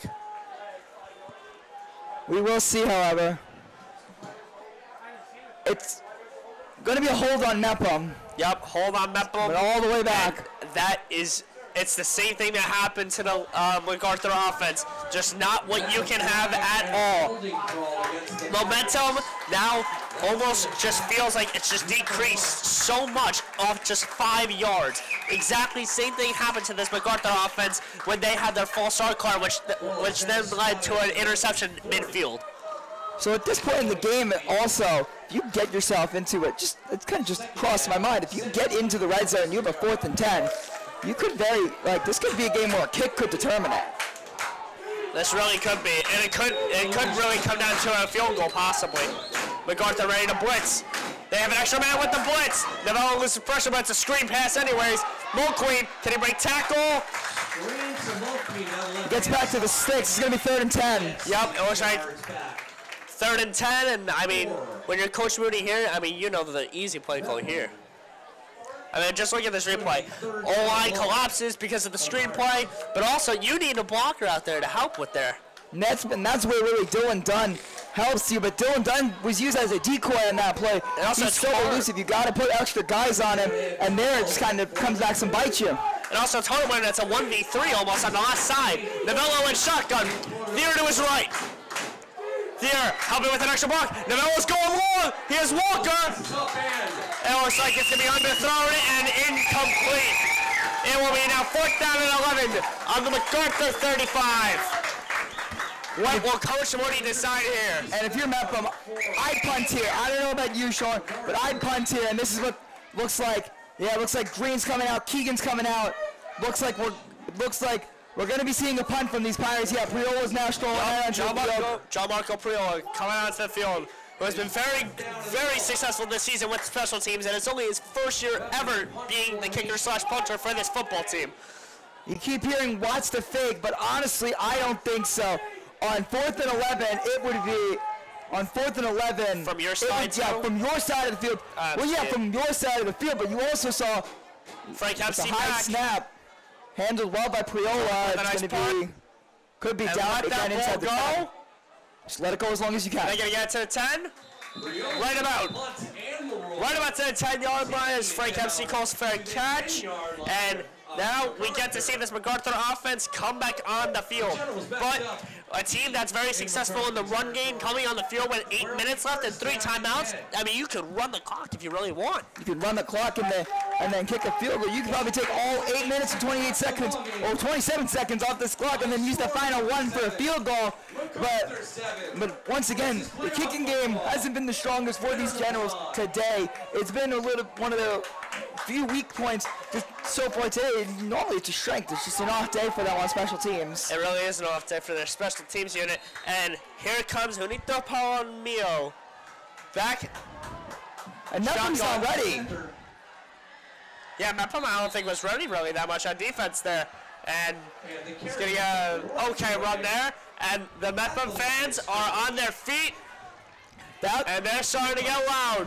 Yep, you can hear it all the way from over here, and that's refreshing to see for Pirate fans watching at home. And also, that play where Mepham wasn't ready, that might have been a blessing in disguise, because Kevin Perry running on, literally strapping up his helmet, was shot out of a cannon and was in the perfect place when he got into the game action and was able to make a tackle with a little bit of momentum that he definitely used. Palomino, get handed off to Hogan. No, excuse me, it's for Charlie. And he's getting a pretty nice gain there, but yet Mepham defense unable to contain him in the middle. It's not a first down though, it's going to be 3rd and 2. 3rd and 2, but for a team that loves to run the ball, this could be scary for the Mepham defense. I bet you, Q, I'm just going to channel my inner Tony Romo, and I bet you 5 this is going to be a run to the left. I would say Palomino goes right in between his left guard and center. This has got to be, especially if they come out in a 2-back set. That's pretty smart. 2-back, 12 personnel. Fans are on their feet. They do. Both sections. 2-back, 12 personnel. This is 12 personnel. This is a run to the left. I can almost see it. They go left. Hogan finds the middle. It looks like Hogan's getting a first down. It is a first down there. Got right over the line to gain. He needed the 20. He got the 21. And Hogan's going to have the first down. First down, Generals. Palomino with the first down. You hear the General fan response. You can hear the energy from here. These General fans, feet away from us, you can definitely hear them on the field. 1st and 10, 6:40 and counting left on the clock. It's a handoff to the right.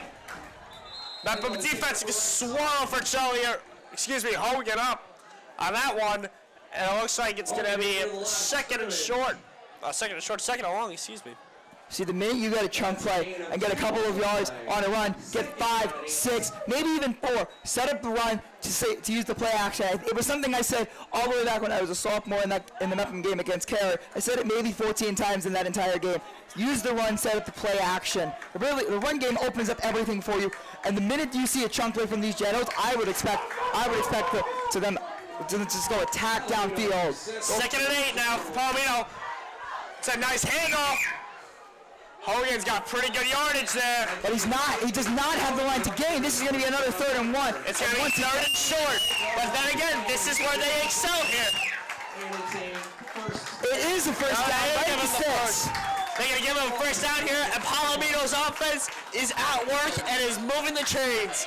The running game with Chris Hogan and Joey Forcelli is A+ right now. Something that we didn't even, that you watched so much from going into this game, as you said, this is something that both of us neglected to say, that if MacArthur could take away the passing attack, they control the flow of the game. That's what they've been doing. Now they control the flow of the game with the run. Mepham's main weapons aren't really working, and on first down they get a decent gain there. Up the gun again there, and it looks like it's going to be a 2nd and maybe 6 to go. 2nd and 6 to go on Palomino, and his running game, Palomino doesn't even need to try throwing the ball right now. His running game is just being so effective right now that even the smallest amount of yards are just working in their favor, and they can chew up as much clock as they want. You had 3 timeouts, 4:55 left on the clock. You're not in any better position. Until that, though. That's a huge stop for them up in front 7. That honestly not even really was a stop. He just Forcelli really just tripped, and that's huge. That's a loss of a yard. Now it's 3rd and 6, and now MacArthur has. Yeah, he just tripped. He just got tripped up. And if you can just see, just went back in the game for Mepham Pirate fans. Chris Norris has re-entered the game on the right side of that D-line. Here we go. This is a key moment in the game. This is a huge play Here's right the here. shift. Fans on their feet. Front 7's ready to blitz. Hand off to Hogan. He slipped again. Off is to Hogan. Slips, goes down. He's short. About 4 yards on the play. He's short of the first down. That Now is do you go for it? Absolutely. Absolutely. Even though you're in Mepham territory Absolutely. right now. You're going to get, with the way the Mepham offense operates. They're not. With the way the Mepham offense operates, the way they're not. Wow. I wouldn't, because you're in Mepham territory, and with a kicker like Gianmarco Priola, who can kick it from 30 plus, that's difficult. I understand that, but Gianmarco Priola also has not attempted a field goal all year, let alone made one. So you could see a fake here. Yeah, you see a fake. They're gonna move it up. No, they're gonna try and draw him off. I have a feeling they're not even gonna snap this ball. And you're right. That is correct. Timeout, MacArthur. We almost had an Indianapolis Colts moment, if you know what I'm trying to reference. Oh my God, that play was horrible. But either way, 7-7 score right now. 3:23 left in this first round of the Nassau County football playoffs between the MacArthur Generals and the Mepham Pirates in a heated rivalry game. So now, for the Generals, I really tend to go with the aggressive side because that's just how I kind of like to manage my games whenever like it's like me making the calls. But obviously, it's a very close game. Look at the clock, 3 minutes, and Mepham's offense, they do operate very quickly. Like, even their running plays get out of bounds. So it's not like MacArthur's going to have no time on the field and have to pull an Aaron Rodgers-esque minute left on the clock, drive down the field and score a touchdown. It's not like that at all. If they can kick the ball away to Mepham and have confidence that they're getting the ball back, and you could also go for it and have confidence that even if Mepham scores, you're getting the ball back. I mean, everything you just said is spot on. And, I mean, it's 4th and 3. You're in your own territory. I mean, there's honestly no reason not to go with it. If you go for it and get it, the amount that you would gain in momentum, and honestly, it would just tire out the defense. And there is Palomino coming back. This is the game right here, I would believe. Oh, no, Palomino's going out. It does look like they're going to punt. Palomino went out to the far side. Didn't see that there. And they will be punting it off. Interesting decision. You can't really disagree with playing with a conservative play call. Whistle on the field. Now Mepham's going to take a timeout. Timeout, Mepham. Seems like the coaches had a little bit of confusion there. Could have been. That's a Mepham timeout. Now we get a little more time to talk it over. Now you have to talk it over. At this point, with 2 timeouts, you just called one, and now your opponent just called one. Why not? Send the offense on the field. Right. Here's where strategy comes into play. Both teams now have 2 timeouts remaining in this contest. I mean, 4th and 3. They're going to punt, but I mean, you have to discuss what you're going to do offensively because you're not going to use those timeouts right? You're saving them until the very, very end. So, and another thing is with MacArthur, it's really there's nothing really leads. You can sense the fear almost of Mepham, and it feels like a first down could really end the game. And here comes Palomino. Oh no, they would have Dylan Dunn return now. It looks like Stephen Mulqueen's going to be back. It's the punt unit. Yeah, you want your most short-handed returner. A muff is the most. That is the worst-case scenario here. Here it is. So you have a big rush unit for these Pirates, more than normal. Here it is. They do fake it. Can they stop them? They got him short. Find out. This is going to be. This is a game of inches right now. Football is a game of inches. You have to bring out the chains first of all. But you can see. Let's see what head ref. Mepham ball. They called it short. That's the play you've been waiting for. MacArthur's been having their way on the ground all game, and that's the stop you needed. It looked like it was Cuccinella, not in the house, but on the stop. A great play there by the Pirates, and a huge momentum shifter. Yep, Mepham's defense comes up strong. It was a fake play. It was a great play call, first of all, and it just comes up short by a few inches. And now Dom Novello gets to orchestrate offense with 2 timeouts left in MacArthur territory. Looks like it was Isaiah Molina and Kujon in on the stop, and now he's the offense. Runs out left. Finds an open hole.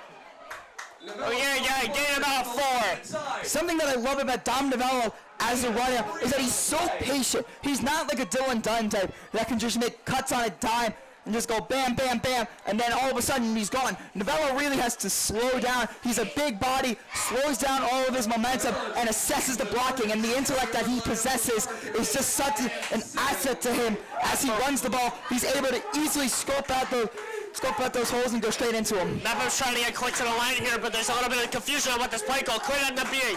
Dom Novello and Shaka were right there behind him. Norris right beside him at the fullback. Norris is a blocker. They give it to Thier, and Thier gets swallowed up by the MacArthur 7. This is Sal Orlando coming back from the injury. You gotta run it away from him at this point. It's been about 6 times at this point, maybe even more, that we've been calling the name, the big number 77, and at this point, you gotta just go away from him. The outside runs have been working for you. The QB keepers have been working for you. If MacArthur can go and run the same play over and over again, so be it. 37, Novello. He's got Cooch. Michael Cuccinella breaks a few tackles, and he's got a big first down for the Mepham Pirates, and the Pirates are now in field goal range. There is your playoff moment. There is your senior captain from Michael Cuccinella, and here you hear Dom Novello quieting his own fans. After all first half, we were hearing how the Mepham... That's a moment right there where Novello tells Coach Mooney, this is my game to win now. Novello's got this. He has his playbook open. He's calling the plays He's now. in shotgun. Thier's now beside him, no longer behind him. Norris is a block. Novello running right. He's got blockers. Norris opens a hole. And Novello's going to get a pretty big gain there. The Pirates are moving the chains. Kevin Perry, though, I just want to shout him out. Kevin Perry with an incredible block. We thought, or the fans thought, that play was still going because Kevin Perry took Ralph Baccio and blocked him 10 yards past the line of scrimmage. I mean, look at this replay here. Novello had all Watch the right tackle, number 77. He knew he wanted this too. It's a great block all around. Key blocks from receivers, and now Novello back in field. 2nd down and 3 on the own 17. Novello hands out to Thier. Thier's got a hole. He's got some running room. And it looks like Thier has a first down. It looks like this is going to end up being 1st and goal for the Mepham Pirates. At this point in the time, you control the tempo of the game. And now look at the coaching staff on the far sideline. Can we please get this up? Look at Coach Moody and the entire Mepham sideline calling the Mepham sideline and Pirates call to settle it down. Offense at work. Here's Novello. Novello running right. Gets hit, but here's the thing. You have a minute. You have 2 timeouts here. Just run it, and you're right there. You're in field goal range. It's smaller than a PAT now. The PATs are being kicked at the 2 at this level. This is essentially a PAT from the well-oiled machine, as they like to call it, a Priola, Mayo, and Perry. This is their moment if they choose to have it, and we have a timeout. Timeout for the Mepham Pirates. Yes. And that's going to be, they have 1 timeout left. And take a look at how the blocking develops. It looks like Norris almost missed an assignment on that one. Looks like he kind of got away with it as well. He was supposed to block the defensive end but he's kind of lucky that the end went inside, and it could have been a tackle for loss because Norris chose to Norris double teamed. It looked like he almost missed an assignment there, but all of a sudden, all the fans have gotten quiet. All of a sudden, everyone Coach is Mike quiet. McHugh for the other side, quieted down his own Mepham fan base, said, hey, offense is at work, let us focus, preparing to possibly kick the game-winning field goal. This MacArthur sideline has been silenced. As Mepham freshmen, or whether or not they're on the football team would know, when McHugh speaks, you listen. He commands so much attention and so much respect with the intensity of his voice, and that everybody listens when he speaks, and he's just a guy that's well respected as a security guard here at my school and as a coach. Here it is. 51.8 on the clock. 2nd and 7 on the MacArthur 8. Winner moves on. This is the moment that Dom Novello has been dreaming of. It is stay or go right now. Win, go home. Here it is. This is the game, literally right now. 51 seconds. Novello's in shotgun. Thier next to him. Norris playing fullback on the right. Novello, QB keeper, gets stuffed up the middle. There's Orlando again. Velasquez and Orlando for probably the 10th time this game between the two of them. And our coaches just telling them, oh, keep it going, but take your time. Slow it down. They can kick is what you're telling Novello.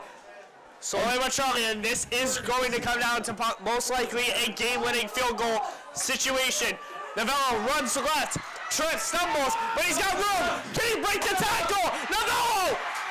And let's see on the field. Short. They called it short, but they have a timeout, and they're gonna call it. Timeout called short of the goal line, but Mepham has the game in their hands. Not only that was he short of the goal line, he was short of the line to gain entirely. This is fourth and Here you go, inches. Fourth and inches. You're on the goal line. What is the call? QB sneak. Why not? Put it in the hands of the man who's been in this program. Hold on, they're measuring.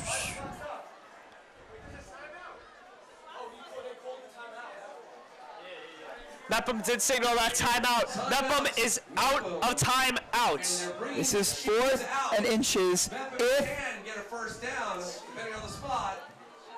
First down. it is a first It's down. a first down, first and goal, and the Pirates have a game-winning opportunity here at the goal line.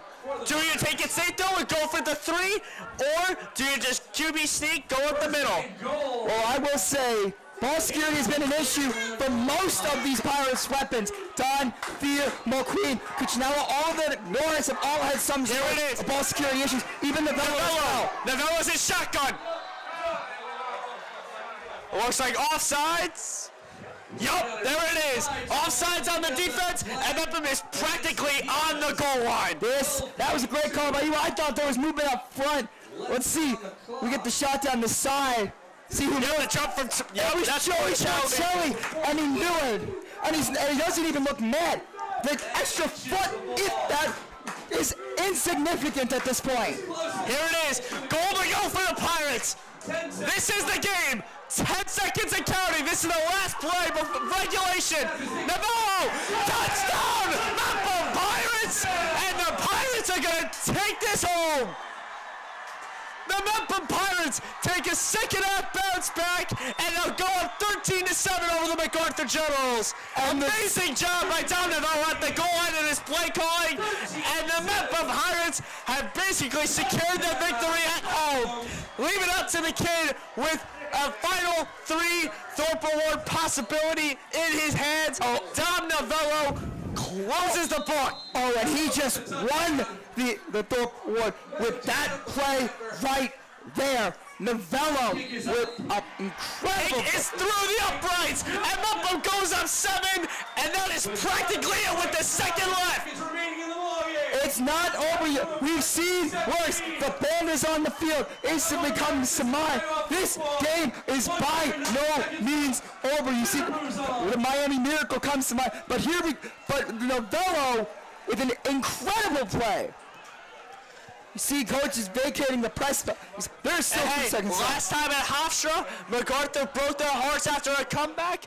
This is what does the opposite. This is revenge at its finest. The sideline of the Generals, which was once overpowering our mics, is now silent. You can hear a pin drop on our side of the field. Dom Novello with the best run you'll ever see on the goal line. The whole backfield was clogged up, and they couldn't get to him. And that gives him the patience. Like I said, the patience, the vision, able to bounce it off and go straight through. What gap, Q? What gap did he go through? The A gap. The A gap.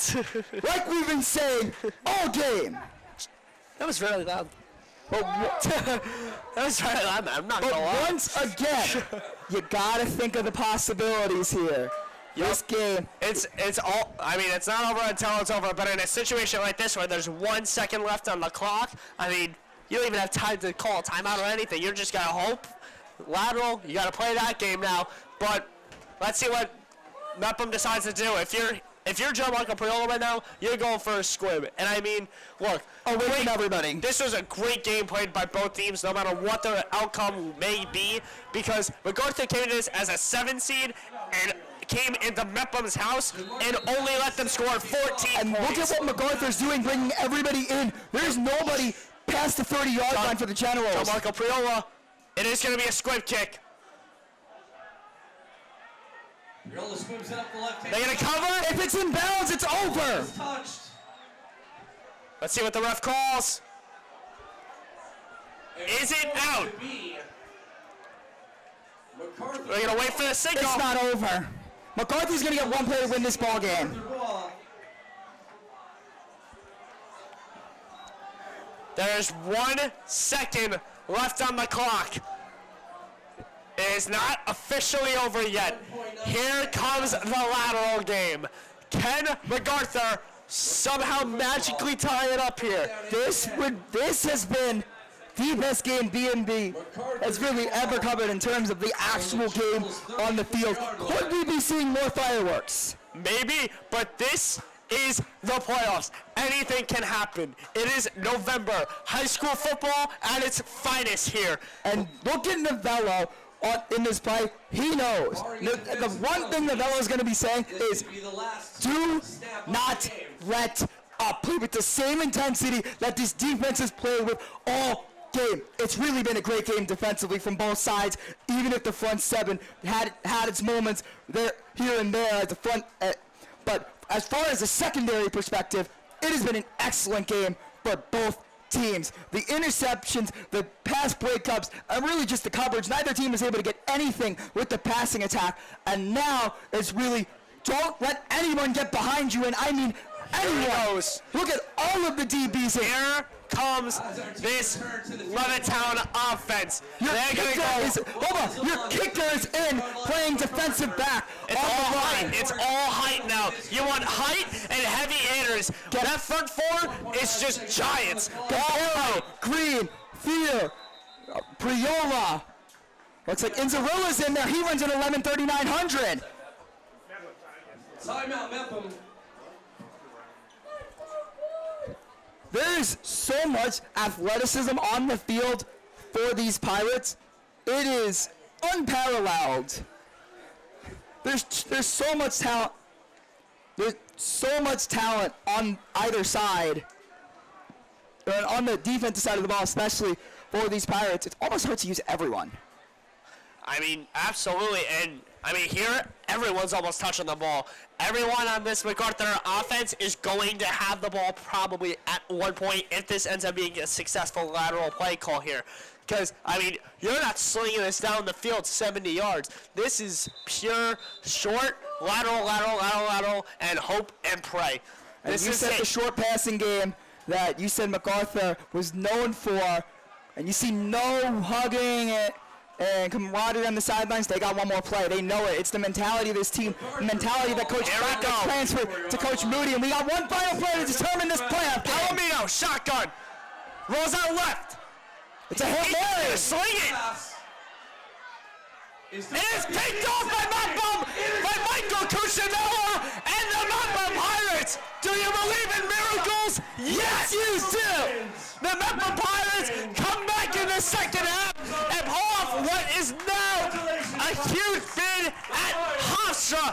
The Mepham Pirates advance to Hofstra, advance in the playoffs, and beat a very tough MacArthur Generals team. Cuccinella to the house. How about Cuccinella with the game-saving interception? As a DB, you're taught in a Hail Mary situation, bat it down, bat it down. The ball was just too far. It was batted up in the air, and Cuccinella with the game-saving interception. Had a MacArthur General track that down, that could have been a touchdown had Cuccinella not seen that. That is a play by a senior, by a leader who's been in this program since his freshman year. His first game on varsity was their Hofstra game. His first varsity appearance was Mepham's Hofstra appearance, and now they're going back. And look, no matter what, win or loss, both these teams overperformed today, especially the MacArthur Generals. That defense held up, and their running game worked in their favor immensely right now. Can we please put up the graphic of our predictions? Because I really feel like that's something we need to mention and put it up to give credit to these Generals. Because Nobody gave them a shot. This is, no one did. As the 7th seed especially, you put up a fight like this and you come into someone else's house and you put up a fight and you go into the second half, even the third quarter, and you leave it a 7-7 game until a second left in the whole entire game. That is just remarkable. I mean, Dom Novello in this fourth quarter may have been one of the best quarters he's had all game and displayed to every coach and every player, every scout, whatever it may be. That is why he is a finalist, and I believe he is going to be our BMB player of the game, and we're going to toss it down to Ryan Marr to learn more about Dom Novello's performance in this one. Hello, I'm Ryan Marr here with Dom Novello, the BMB player of the game. Let me start off by saying, what a class act. You know, shook everyone's hands, took time to say, nice job. But anyway, let's get on to the questions. You know, this is a great game, but nobody gave these MacArthur Generals a chance. You know, they stood in it for most of the game. They were the 7th seed. Once again, they stuck in with you guys. Tell me about this team that you just played. So I've known MacArthur since I was, 10, because Fehrenbach coached my dad, so I used to go to a lot of their games. They're a physical team. They like to run the ball a lot, so we had a great game plan going into the game, but they really fought because, you never know when it's going to be the last game, so they did really fight. You know, now, once again, you guys just won, so congratulations. But, you guys fought hard. You finished it later in the game. But tell me about these Mepham Pirates that you just played with. I mean, I love this team. The chemistry and everything about this team, I love. I told them that I don't play for myself. I don't play for the stats. I play for everybody in this town and on this team because that's the most important thing. Well, congratulations once again, and good luck on your journey through the playoffs. Up to you guys in the studio. Thank you so much, Ryan. Okay, well, that's a wrap. 14-7, the Mepham Pirates beat the number 7 seed, MacArthur Generals, and Dom Novello gets the winning touchdown. Well, thank you, everybody. I've been Finnegan Corcoran-Doolin. I've been Jake Manna. This has been the BMB's Game of the Week, Mepham Pirates 14, MacArthur Generals 7. Have a good weekend, everybody.